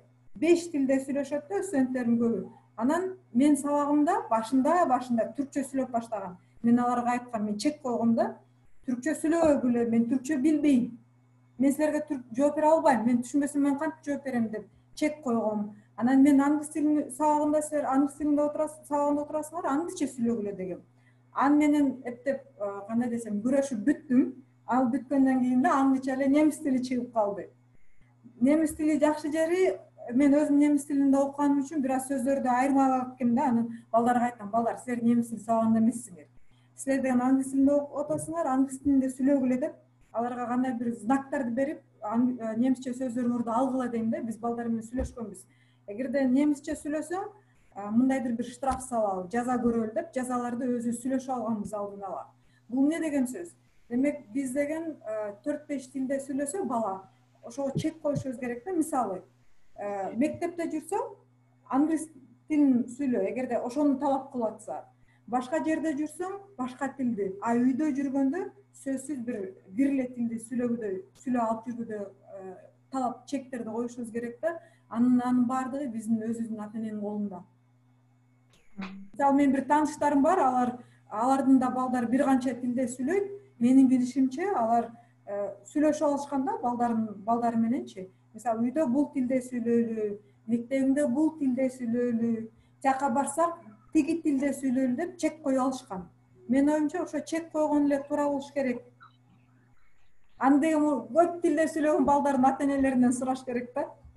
Ошол суроону мен азыр аябай жакшы туура келип калды. Мен Гүлзат, сенден сага суроо узаталы деп атканбыз. Эми өзүңдүн тажрыйбаңдан бөлүшсөң, Гүлзат, себеби сен дагы жолдошуң экөөңөрдүн 3 жакшынакай балаңар бар. Ар кайсы мамлекеттерде, бул дүйнөнүн көптөгөн мамлекеттеринде жашап, иштеп, окуп, билим алып, өзүңөр да окутуучу катары дагы тажрыйбаңар бар. Ошондуктан өзүң мындай азыр практика жөнүндө көп сурап атышат катышуучулар. Өзүң дагы ушундай бир практикалык, реалдуу жактан бизге айтып берсең, балдарыңдын көп тилди билгендигинин кандай артыкчылыктарын сен байкадың? Рахмат суроого. Ушуга уйкаш бир суроо бар экен Айнура Жороевадан. Мынтип чет тилдерди үйрөнүү жана үйрөтүү менен эне тилди кандай жолдор менен сактоого аракеттерди көрөсүздөр? Бул ошо мага жакыныраак суроо экен да. Себеби мен ошо 3 балам чет өлкөдө төрөлүп, чоңоюп, ошо биринчиси 12 жаш, 8 жаш, 6 жашта. Анан биз ошо ар кандай өлкөлөрдө жашадык. англисче, итальянча, немисче билишет. Кыргыз эне тилибиз, биз үйдө ошол тилде сүйлөйбүз. Анан Толкун айткандай, мындай эметиш керек да, мындай чектел эмес, мындай ассоциация сыяктуу да. Эгер үйдө бир тилдеби же күйөөң чет өлкөлүк болсо, ал өзүнүн тилиндеби сүйлөсө, бир адам бир тил деген эреже бар, ошондой мындай мультилингвиализмдачы, бир адам бир тил. Демек, энеси ошо өзүнүн жакшы билген тилинде сүйлөш керек. Атасы эгер башка улутта болсо, ошол тилде аралаштырбаш керек башка менен. Анан мектепте же ошо жашаган чөйрөдө кайсы тилде сүйлөшсө, бул эми муктаж да, муктаждын артынан өзү эле үйрөнүп кетет. Сен аны кызыктырбайсың деле, аны үйрөтүп деле отурбайсың. Ата энеден биринчи ошо балдар башка жашаган ошо өлкөнүн тилин үйрөнөт да. Ошон үчүн биз ошо азыр эми Германияда жашап атабыз 4 жылдан бери. Анан улуу кызым мурдагы тилдерди жакшы эле унутпай келатат. Анын деле сактоо жолдору, эрежелери бар. Ошону аракет кылып атабыз унуттурбаган. Анан немисче, англисче эмеде гимназияда окуйт. Ошо жарым сабак англисче, жарым сабагы немисче.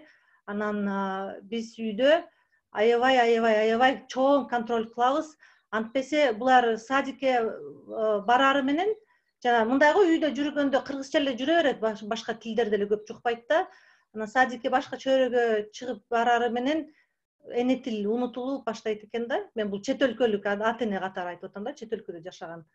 Ошон үчүн үйдө мындай көзөмөлгө алып аралаштырбаш керек. Өзгөчө эгер 2-3 ошо бир туугандар болсо, бири-бири менен ошо ыңгайлуу тилге кирип кетет экен да.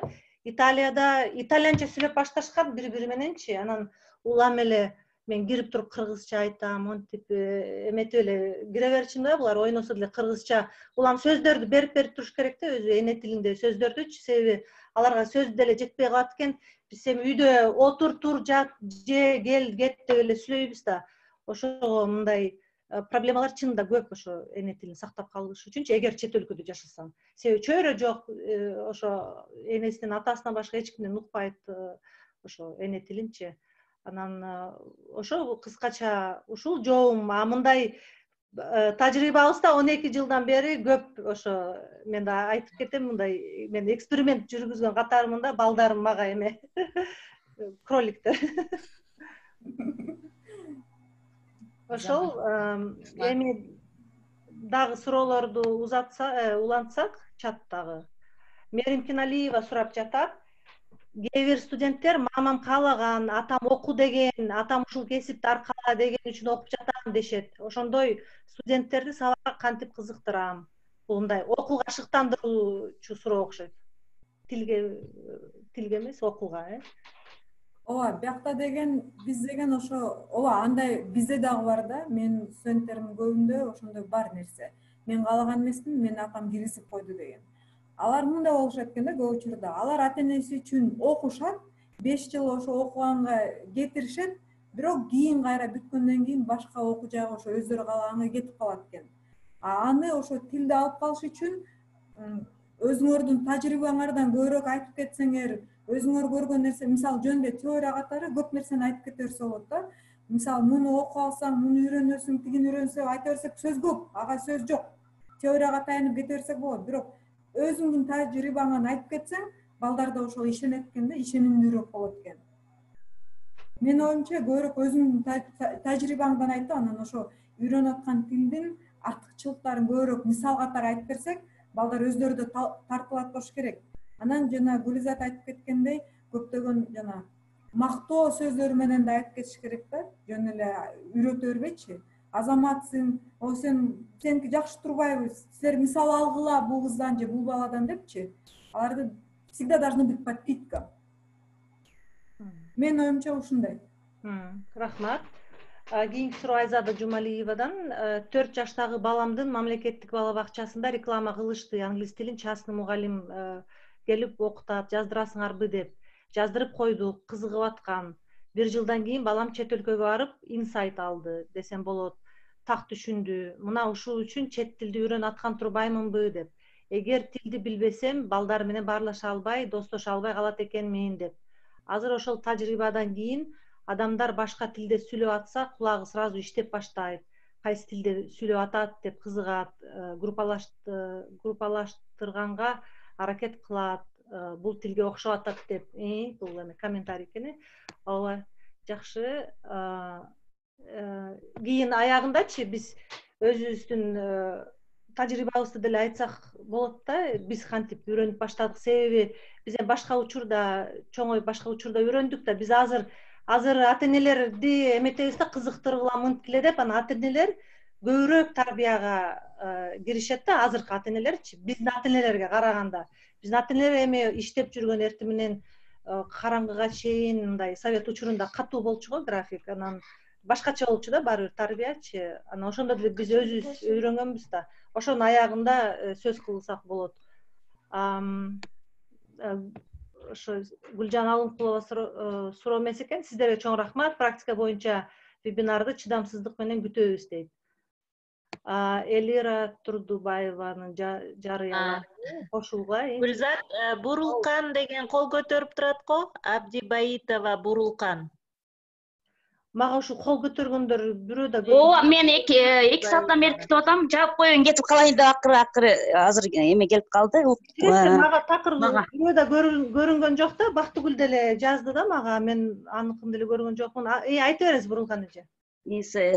Рахмат бүгүнкү презентация үчүн баарыңыздарга. Мен азыр айтып өткөнбүт, кээ бир мисалы бир бала 4-5 тилди үйрөнүп, бирок кыйратарлык сүйлөй албайт же өзүнө неме түшүндүрүп бере албайт дейт го. Ошол ситуацияда мында мен болсо өз өмүр бою англис тили мугалим болоюн деп олимпиадаларга катышып, азыркы Кыргызстандагы Эмил Жороев деген серепчи бар го, ошону менен тайлашкан олимпиадаларга катышкан кыз элем да. Бирок тагдыр буйруп мени МИФАКка эмес, международный отношенияга окуп калдым да.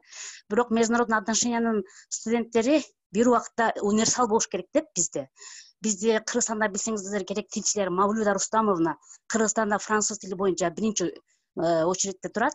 Ошонун сабак алганбыз да. Французча, кытайча, англисче, и так айылдан келгенмин өзүм. Орусча манча эмес, билесиз айылдагы орус тили кандай болгонун. Анан орусча мукта сабак орусча эле да. Бир убакта 5 тил менен таймаш калдым да менчи ошол мезгилдечи. Бирок анан кийин Турцияга келип, Турцияда магистратура, докторантураны Турцияда окуп калдым. Эми эстетиңиз, ошончо тилдерден өтүп келип, анан Турцияга келсем, Турцияда международный отношения боюнча Анкара университети экен, эң престижный. Political science боюнчачы. Ошон үчүн ал жерде түркчө экен сабак. Анан эми мен өзүмдүн концентрациямды түркчөгө бердим да. Эми бул түркчөгө берем деп магистратураны окуш кыйын, докторантураны окуш кыйын. Ошолорду окуйм деп мен өзүм билген тилдеримди унутуп баштадым да, карасамчы. Анан азыр менин башым аябай не деп коет, башымда эми өзүмө өкүнөм да азырчы. Мен неге мында бир тил менен кетпедим депчи.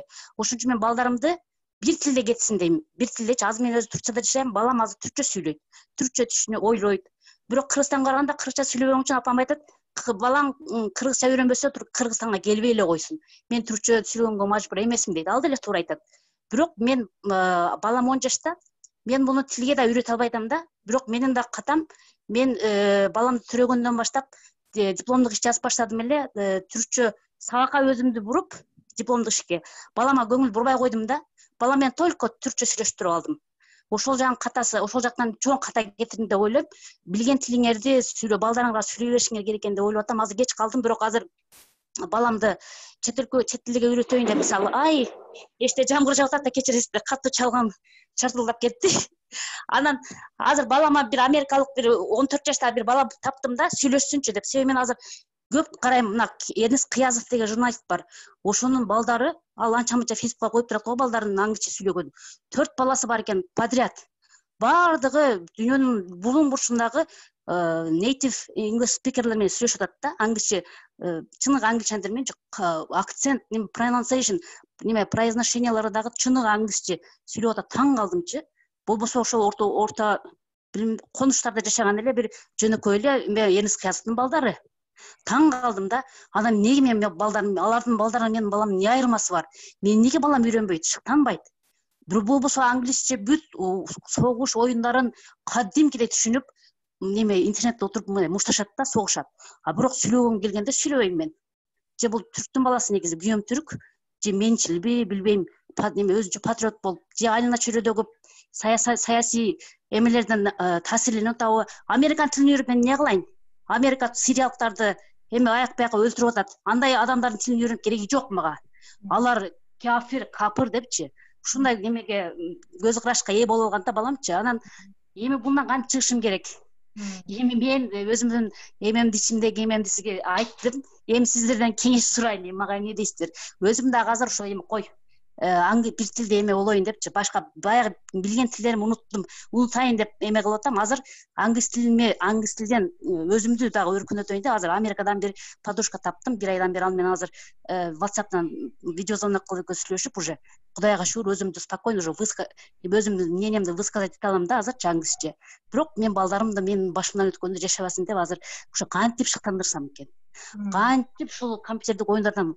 узакташтырып адам болсун бир тил билсе бул жакшы эмесми өзүмдүн элементарный кыргыз тилин үйрөтө албай атам мен баламачы ошого таң калып ошого сиздерден жардам сурап атам мага эмне кандай сунуш бере аласыздар мен кантейин бул баламды мен үйрөнбөйм дейт бул баягы америкалыктардын жасаган баягы саясий оюндарын карапчы кабарларды көрөт экен да бул балдарчы ошол жактан карап алып туруп жок алар душман алар террорист алар ушундай кылбаса мынтип эме кылбайт эле да өлкөлөрдү баса албайт эле да тынчтык жашап аткан мен мусулман досторум үчүн аябай бул Түркиядагы адамдар негизи балдары ошондой негизи элечи кафирлар алар капырлар деп туруп алышат да ошол психологияда менин балам да ошого мага кандай кеңеш бересиздер суранычы ошол көп сүйлөп койдум кетиңиздер сурооңуз аябай кызык экен ошо окуяңыз эме үйдө болуп атканыңыз менен бөлүшкөнгө да рахмат мен азыр кыскача айтайын анан Гүлизат Толкун силер да жооп берсеңер жанагы ички сырткы деп мотивацияны айтпадыбы балаңызда ичкиси жана үстөмдүк кылып ошонусу аябай күчтүү болуп атат да демек жана келечегин андай элестетпейт да англис тили мененчи анан ошон үчүн максаты да башка сырткы мотивация болуп сиз буга мындай мажбурлагандай болуп атасыз да Гүлзат Толкун жооп Бурулкан эже сурооңуз үчүн чоң рахмат бул чынында эле түрк улутундагы адамдар үчүн бул маанилүү суроо деп эсептейм анткени мен эгер студенттеримдин эсебин кандай десем тажрыйбамдан айтсам мындай Турциядагы студенттерим Турциядан келген окуучуларым алар чынында эле мындай түркчө сүйлөшөт англис тилин мындай билишет бирок сүйлөгөнгө эч кандай мындай эрки жок да сүйлөгүсү келбейт эмнегедир жана сиз айткандай эле алардын ошондой мээсине сиңип калган болуш керек сиз аны деген сиз зорлоп үйрөтө албайсыз болуш керек анткени аларды кыйнап үйрөтүү мүмкүн эмес да же болбосо сиз алардын жана Гүлзат айтып кеткендей эле эмесин табышыңыз керек да убакыт беришиңиз керек же болбосо анын кызыгуусун табышыңыз керек ал эмнеге кызыгат анан ошол кызыгуусу аркылуу анан сиз тилди үйрөтүп баштасаңыз болот мисалы жана компьютерлик оюндарда ойнойт деп атпайсызбы сиз ошолорду эле түркчөсүн эмес англисчесин коюп койсоңуз аракасы кеткенде анан окуп баштайт англисчесине түшүнөт только англисче оюн ойнойт анан бир эме бир досум кыргыз досум Стамбулда мен ага айттым да сен балаң кичине азыр 5 жаш 4 жашта сен сүйлөбөйсүңбү ошо билген тилдериңди орусча сүйлөйсүң таза англисче сүйлөйсүң таза сен эмнеге түркчө сүйлөп атасың десем эмне мен апам мен төрөлгөндө мен менен англисче сүйлөдү дейсиңби пусть өзү эме кылсын үйрөнсүн өзү кызыксын мен аны кыйнап мен үйрөтпөйм дейт мен кантип азыр неме англис менен суудай сүйлөп атсам балам дагы ошентип өзү кызыксын мен баламдын келечегин кыйнап мен тагдырын алмаштыргым келбейт өзү кылсын деди десе анда туура эле кылыпмын деп да өзүмдү алдап коем бир жагданчы жок эже ал өзүңүздү алдаган эмес бирок чынында эле да көп нерсени мындай мажбурлап убакытын кетирбеш керек да балдарды эгерде каалайбы ошону үйрөнсүн ошого биз мен тил менен эмес дейт менин баламдын колу аябай мастер да архитектор болобу билбейм аябай эме макеттерди сонун жасайт да үйлөрдү кат неме этаж сонун жасайт ушундай эмеси бар жөн эле мен тил үйрөнгөндөн көрө ошо багыттабайсызбы балаңызды мен тилде үйрөнсүн деп атам да тилде үйрөнсүн эртең чет элге чыкса чыгат балдар дегенчи ошону көргөндөн кийин балдар өзү көрүш керек экен да биз мисалы канча 100 жолу айтсак да балдар аны кабыл албайт бала өзү көрүш керек анан сиз улам айта берсеңиз бала тажайт андан да анан айтат мен эмне үчүн мени тажатат мен анда сизге ал протест кылып баштайт накта сүйлөбөй баштайт биз балдарыбызды ошо бизге протест кылганга жеткизбешибиз керек сиз андан көрө мисалы жолдошуңуз менен сүйлөшүп атканда ошонун оң жактарын, жакшы жактарын айтып кетсеңиз, кандай мүмкүнчүлүктөрдү берет тил үйрөнүү? Ошо бир күндө эле мисалы бул жерде кыргыз досторум бар, орус досторум бар, Америка менен сүйлөшүп атам деп атам. Балам таң калып карайт да, апа сен бир канча тилде сүйлөшүп чыктың азыр депчи. Көрдүңбү дедим. Көрдүңбү оолум, уулум кандай эме жакшы нерсе депчи. Бирок баары бир деле эшикти жаап чыгып кеткенден кийин уже унутуп калып атпайбы. Бирок баламды 14 жаштагы бир бала менен тааныштырдым, америкалык. Бага неме Мауглиде болуп сүйлөп баштагыла. Пожалуйста деп балага жалдырадым, сураныч дедим америкалык балага. Балама сүйлөп эптеп түшүндүрчү, пожалуйста. Кызыктырчы дедим, эми болоттур деген үмүттөмүн, эми эптеп өзүнө тартаттыр эми. Себеби дегенде башка канчалык грамматика окуганың менен сүйлөө речи, практика болмой сайын да болбойт экен да. Туркияда ушул проблема бар. Баардыгы грамматиканы макаланы которушат сонун, бирок сүйлөгүң келгенде эң знаменитый профессор деле мындай Толугу эже сизге. Мен мисалы чоң профессорлор бар да, сиз билесиз, профессорлук алыш үчүн алар деген үйдөсө деген экзамендерди тапшырышат да. Алардан өтүшөт. Укмуш балдар менен өтүшөт. Бирок сүйлөгөнү келгенде алар таң калышат да. Мисалы бизге таң калат. Сен мисалы Толкун дейт да, сен кантип ушу түркчөдө сүйлөйсүң, орусчаң да жакшы, англисчеде сүйлөйсүң, ошо немис тилин үйрөнүп атасың деп мага таң калат да. Мен ага айтам, биздин плюсубуз кандай, артыкчылыгы, биз жана Советтер Союзунда жашап, биз ошол маалда орус тилин кошо үйрөнгөнбүз. Биз төрөлгөндө эле, сүйлөп баштаганда эле кыргызча да сүйлөгөнбүз, орусча да сүйлөгөнбүз башынан эле. Алар болсо түрк тилинде эле сүйлөшкөн. Ал эми жана курттарды карасаңыз, курттар көбүрөөк тил, кошумча тил үйрөнгөнгө кандай десем, у них есть способность. Анткени алар өзүнүн эне тилинде сүйлөшөт, анан түркчөдө сүйлөшөт. Мен ошого байкалганда, анан агайлар менен, чоң профессорлор менен сүйлөшсөм, мен айтам да аларга, силер алдын сүйлөбөйсүңөр, такыр менен сүйлөшкүңөр келип, силер кантип ошо экзамендерди кечип өттүңөр дейм да, таң калам. Айтсам ошол туура сөз. Анан азыр дагы суроолорду берсек, Бактыгүл экинчи суроосу бар экен. Бактыгүл, сурооңузду узатсаңыз болот. Рахмат. Менин суроом негизи эле бүгүнкү өтүлгөн вебинар көбүнчө ата-энелерге арналды. Ата-энелер балдардын кызыгуусун кантип көбөйтүш керек деген тууралуу. Мисалы үчүн тарбия болобу же балдарга бир нерсе үйрөтүүдө сөзсүз ата-эне жана мугалим экөө кошулуп, анан жакшы бир жыйынтыкка келе алышат да. Сиздер өзүңүздөр англис тилин билесиздер, эксперт катары. Бирок балдарыңыздар мектепте окуйт. Ошолордун программаларын көрүп, азыркы учурда мектепте ошол англис тилин үйрөтүү боюнча канчалык жакшы жүрүп атат же сындап берсеңиздер мектеп учурун. Анткени мен уже 20 жылдан ашты мектепти бүткөнүмө, биз окуп атканда англис тил мындай эски илгерки китептер, мисалы үчүн London is the capital of Great Britain деген тексттерди жаттап, ошону эле биз кайталап айтып берчүк, мисалы үчүн. Андан бери мисалы үчүн көп эле убакыт өттү, балким өзгөргөн чыгар, же өзгөрдү деп ишенем. Бирок ошону сындоо менен дагы эмне мугалимдерге кошумча кеңештериңиздерди айтат элеңиздер? Канткенде балдардын кызыгуусун алар күчөтүш керек. Рахмат. Бактыгүл айым, сизге рахмат. Бул чынында эле бир орчундуу маселелердин бири, анткени биз деле сиз айткандай канча бир жыл мурун мектепти бүткөнбүз, анда деле биз London is the capital of Great Britain деп окуганбыз.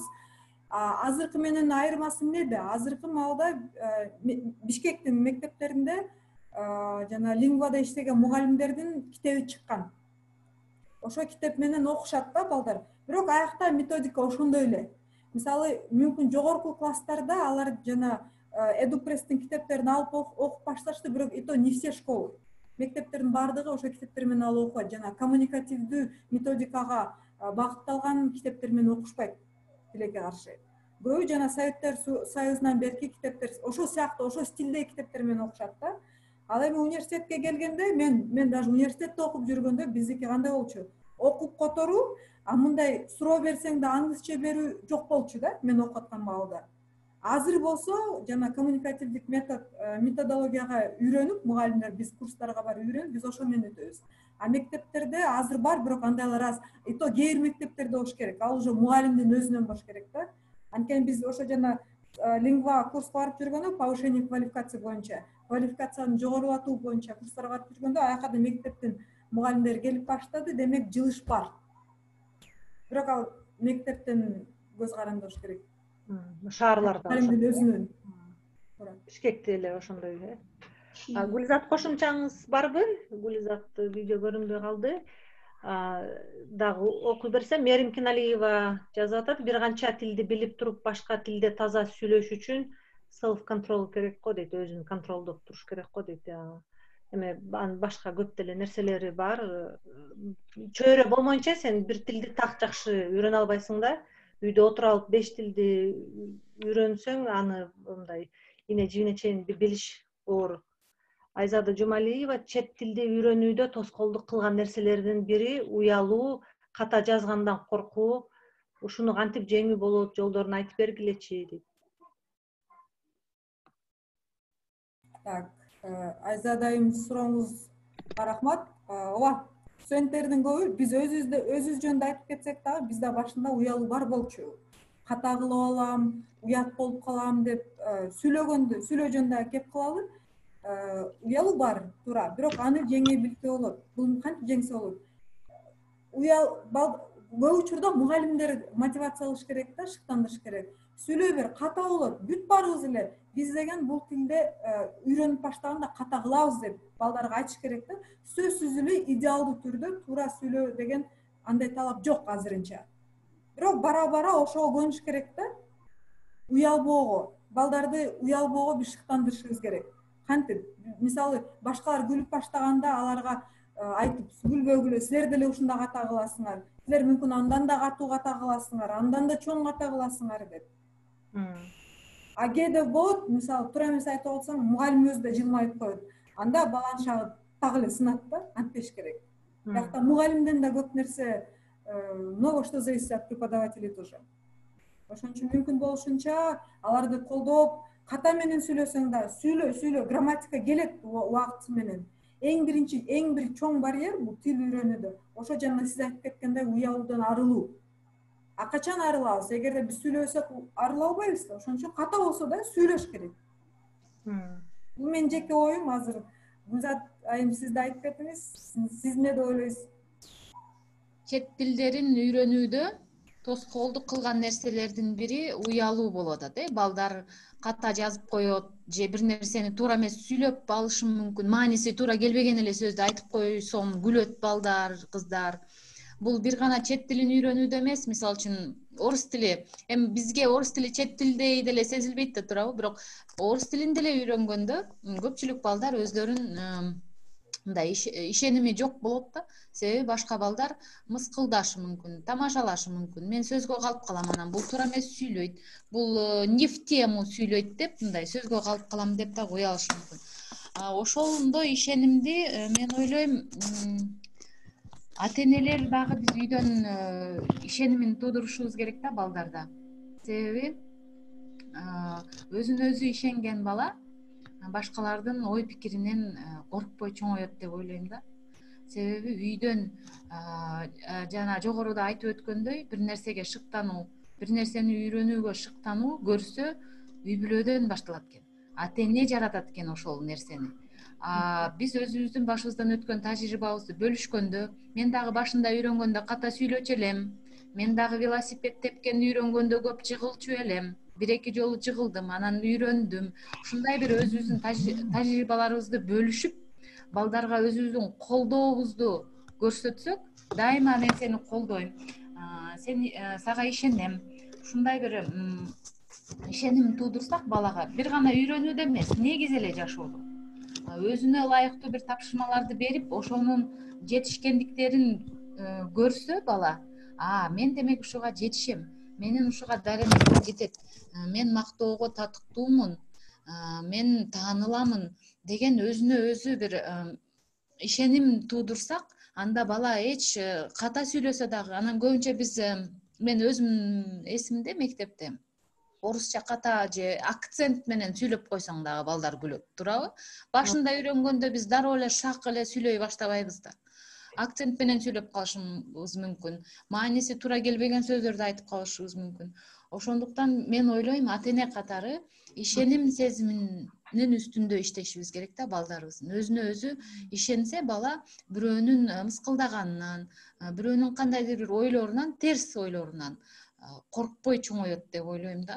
Себеби бала ошол үйрөнүүгө гана кызыгып калат, а башка балдардын ойлору көп кызыктырбай калат да. Мен ойлойм, ата эне катары ушундай колдосок, бала ишенип, өзүнө өзү ишенип чоңоет. Мен кошумчалап кетейинби? Бизде коомдо маданият ошондой экен да, чын эле так туура сүйлөшүң керек да.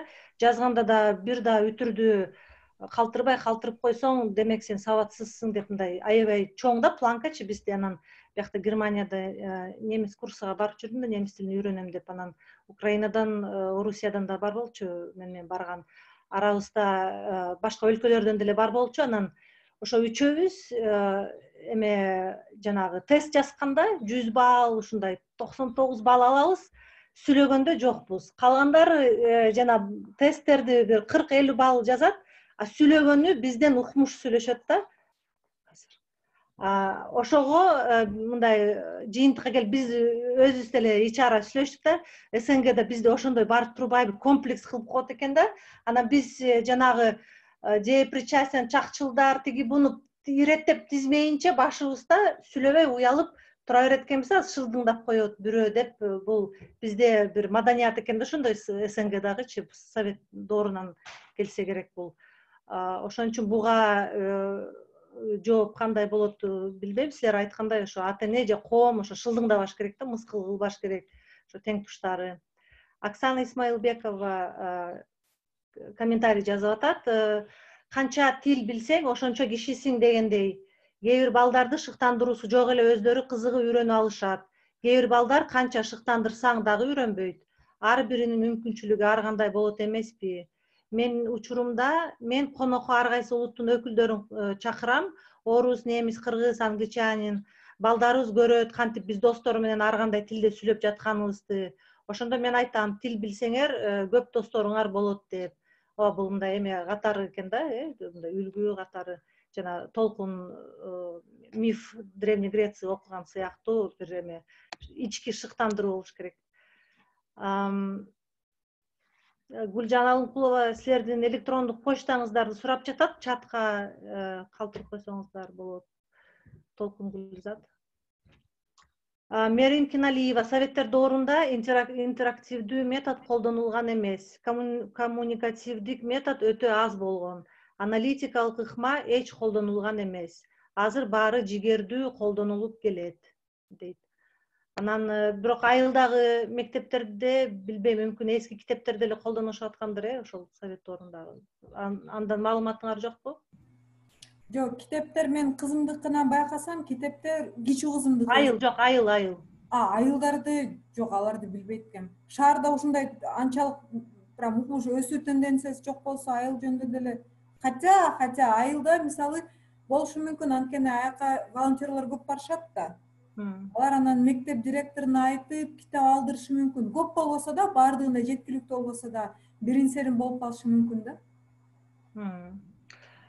Аида Бейшимбекова сурап атат, балдар үчүн шыктандыруучу вебинарлар болсо жакшы болмок. Баягы бир практикалык вебинар өтөсүңөр, ошондо дагы ошондой бир эмелерди айтып кетсеңер болот, программаларды же бир усулдарын.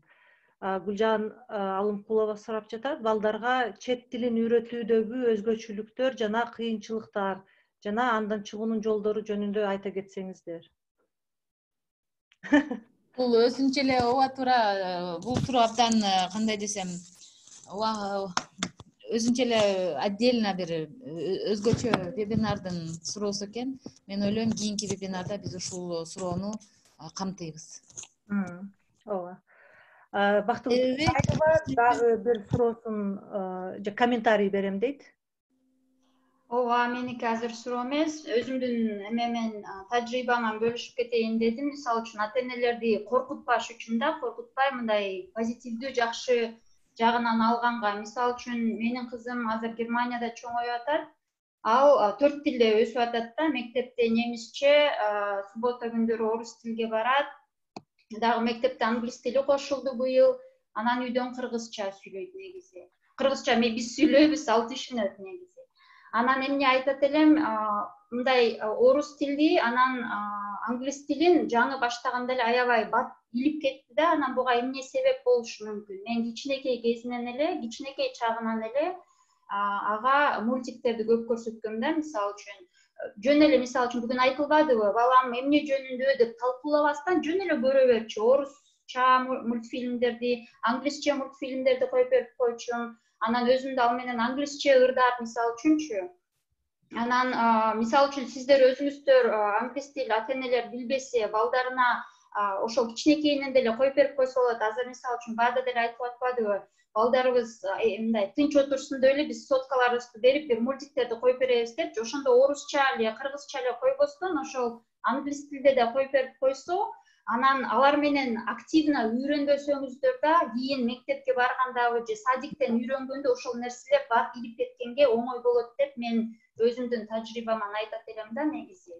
Ошол себептүү пассивдүү түрдө болсо деле ошол көрсөткөн мультфильмдерди да ошол чет тилде көрсөтө берсеңиздер, абдан кийин тилдерди барып үйрөнүп кеткенине чоң жакшы көмөк көрсөтөт да негизи. Рахмат.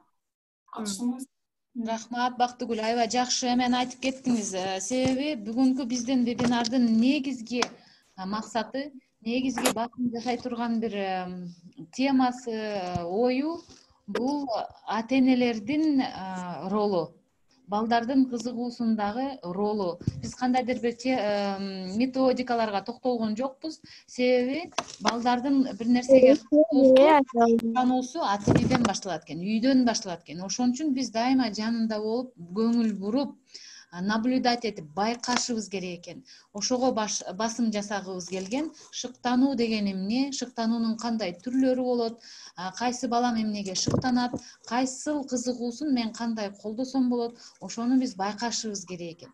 Себеби көпчүлүк эле мисалы үчүн приложение же бир нерселерге эле таянбастан биз өзүбүздүн дагы бир ички бир жоопкерчилигибиз болуш керек экен, ата-эне катары.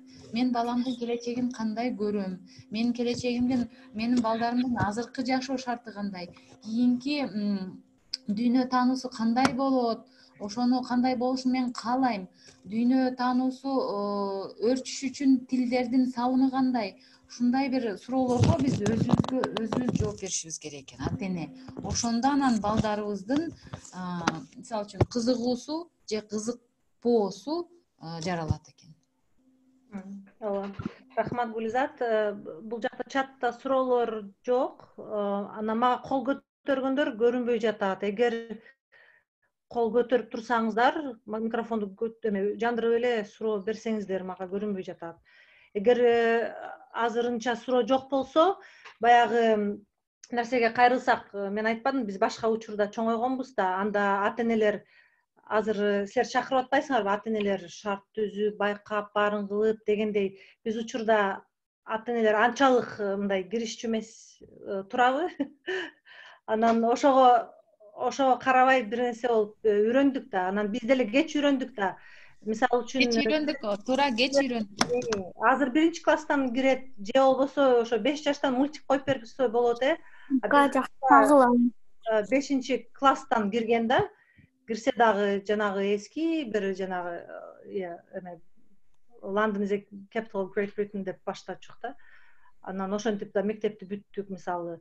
Ошого карабай кийин үйрөнүп кеттик, ошол жөнүндө сөз кылардын астында айтып кетет элем да, ошо ата-энелердин милдети жөн эле мындай кызыктырып, анан жөн эле байкап, ошо Гүлизат айткандай, кичине аныктап аларды буруш керек да. Мисалы үчүн мен апам азыр эстесем, мен биринчи жана Backstreet Boys анан Spice Girls'торго кызыгып чоң класстардачы, анан кассетаны алдыра берчүмүн. Мен айылда чоңойгом, анан ошо Бишкекке барганда ошонун кассетасын алып келиңиз деп список түзүп койчумун, кассетаны, ошо жаңы чыккан альбомдорду. Аны деле бир журнал, газеттен окусам керек. Ал учурда Blitz-Info, анан дагы бир нерселер чыкчу. Анан ошондо деле ошо жок дебей алып келчү да, бир мисалы үчүн аларга түшүнүксүз музыка болчу да, анан аны отуруп алып транскрипциялап, урдуруп, окшоштуруп, текст түшүрүп, анан ырдачу да артынанчы, бир 10-класс болсом керек. Же ошондо да принцесса Диана катуу чыккан ошол учурда. Аны өзүнчө бир икона кылып, ушундай бир эмелер болчу да, бир идеалдар, анан ички мындай бир мотивация болчу. А сырткы ата-энем айткан эмес, эме англисче окушуң керек, сен чет өлкөгө барышың керек деп айткан эмес. Анан жана Бактыгүл айткандай, мугалимдин да ролу чоң да. аябай мыкты мугалим болчу, мени окуткан.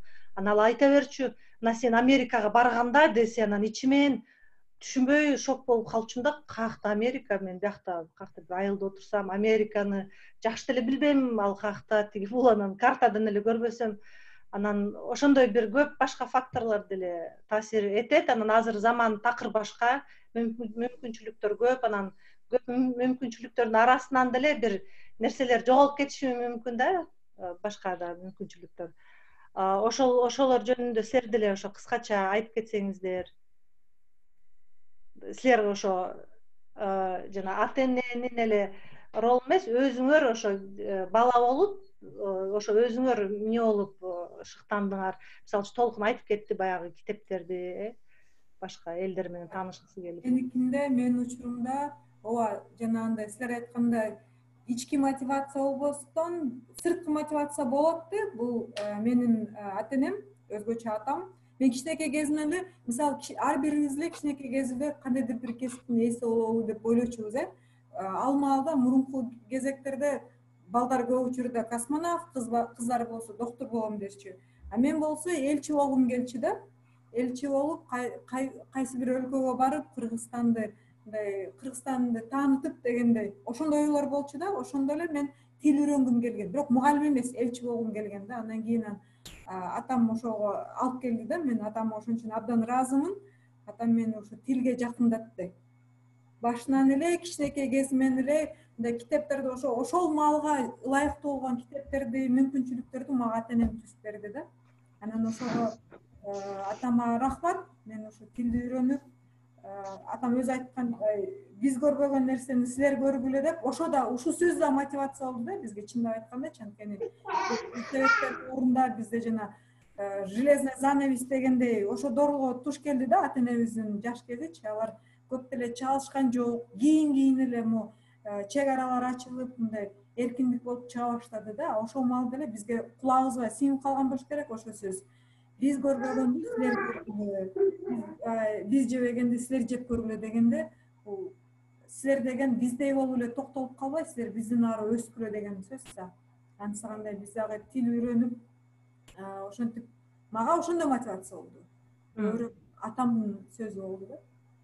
Жана сен эме кайталап кеткенде, ооба, китептерди да өзүбүз да көрүп, ошо китеп эмне жөнүндө, каякта, кандай окуяларды камтыйт, ошолорду бул чынында эле ошондойбу деп көрүп, өзүбүздүн ички кызыгуубуз болду да.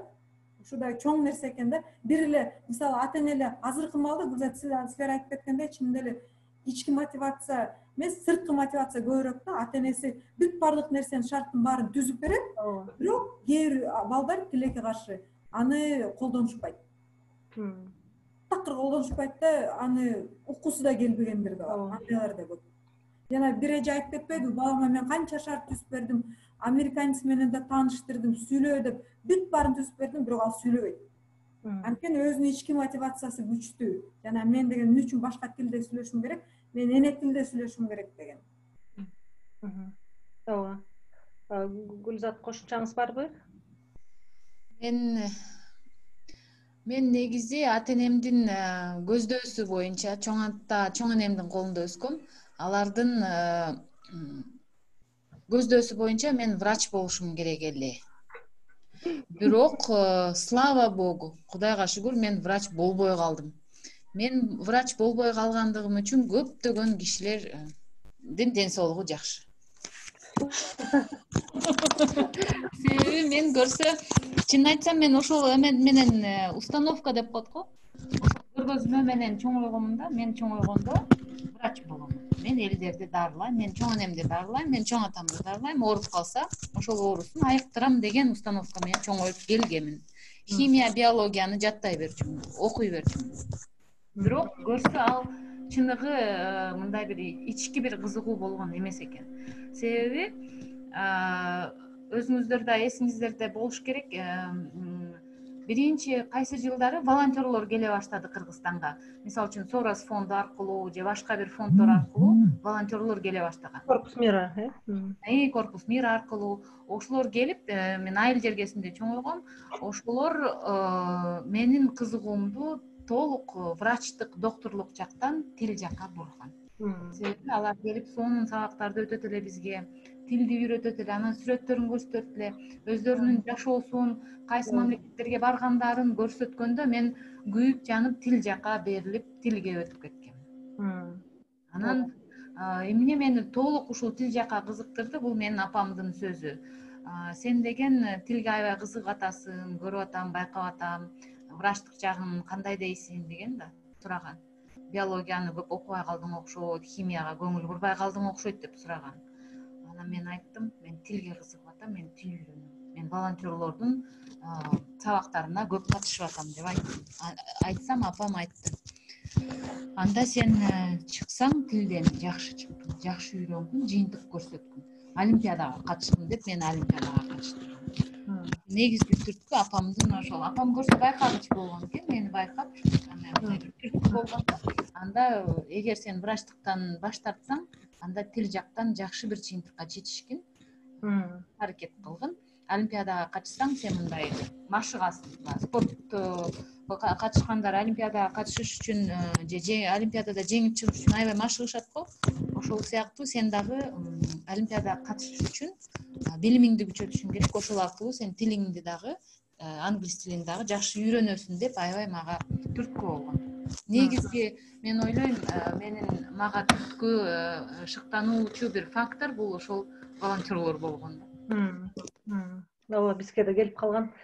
Эми аяктайлы бүгүнкү вебинарды. Сурооңуздар жок болсо, Гулизат менен Толкунга рахматыбызды, алкышыбызды айтып коелу. Бүгүн абдан кызыктуу вебинар болду. Бул башталышы болду. Кийинкисин ошо практикалык жака буруп, дагы өзүңөрдүн усулдарыңарды айтып кетесиздер. Чоң рахмат. Бүгүн биз ошо чет тилди үйрөнүүгө кантип балдарды шыктандырса болот деп ата эненин перспективасынан карадык да. Демек, силер айткандай көп формалары болот мотивациянын, ички сырткы, анда туруктуу туруксузу, бирөөсү кетип калат, бирөөсү ошо менен калат. Анан ата эне деле жанагындай багыттоочу катары аныктап, карап, байкап туруш керек кызыкчылыктарын, кайсыга жөндөмдүүлүгү бар, анан шарттарды дагы түзүп бериш керек да. Ошо чоң рахмат, абдан кызыктуу болду. Дагы силерди кийинки вебинарда күтөбүз. Микрофонуңуздарды жандырып, кол чаап койсоңуздар биздин спикерлер. Чоң рахмат. Мукарам эже, сизге чоң рахмат. Бизди колдоп, биздин презентациябызды сиздин сыйкырдуу кнопкаңыз менен иштетип бердиңиз. Рахмат. Рахмат эжелер. Силерге да рахмат. Рахмат чоң. Бүгүн мага кол көтөргөндөр такыр көрүнгөн жок, ошого таң калдым.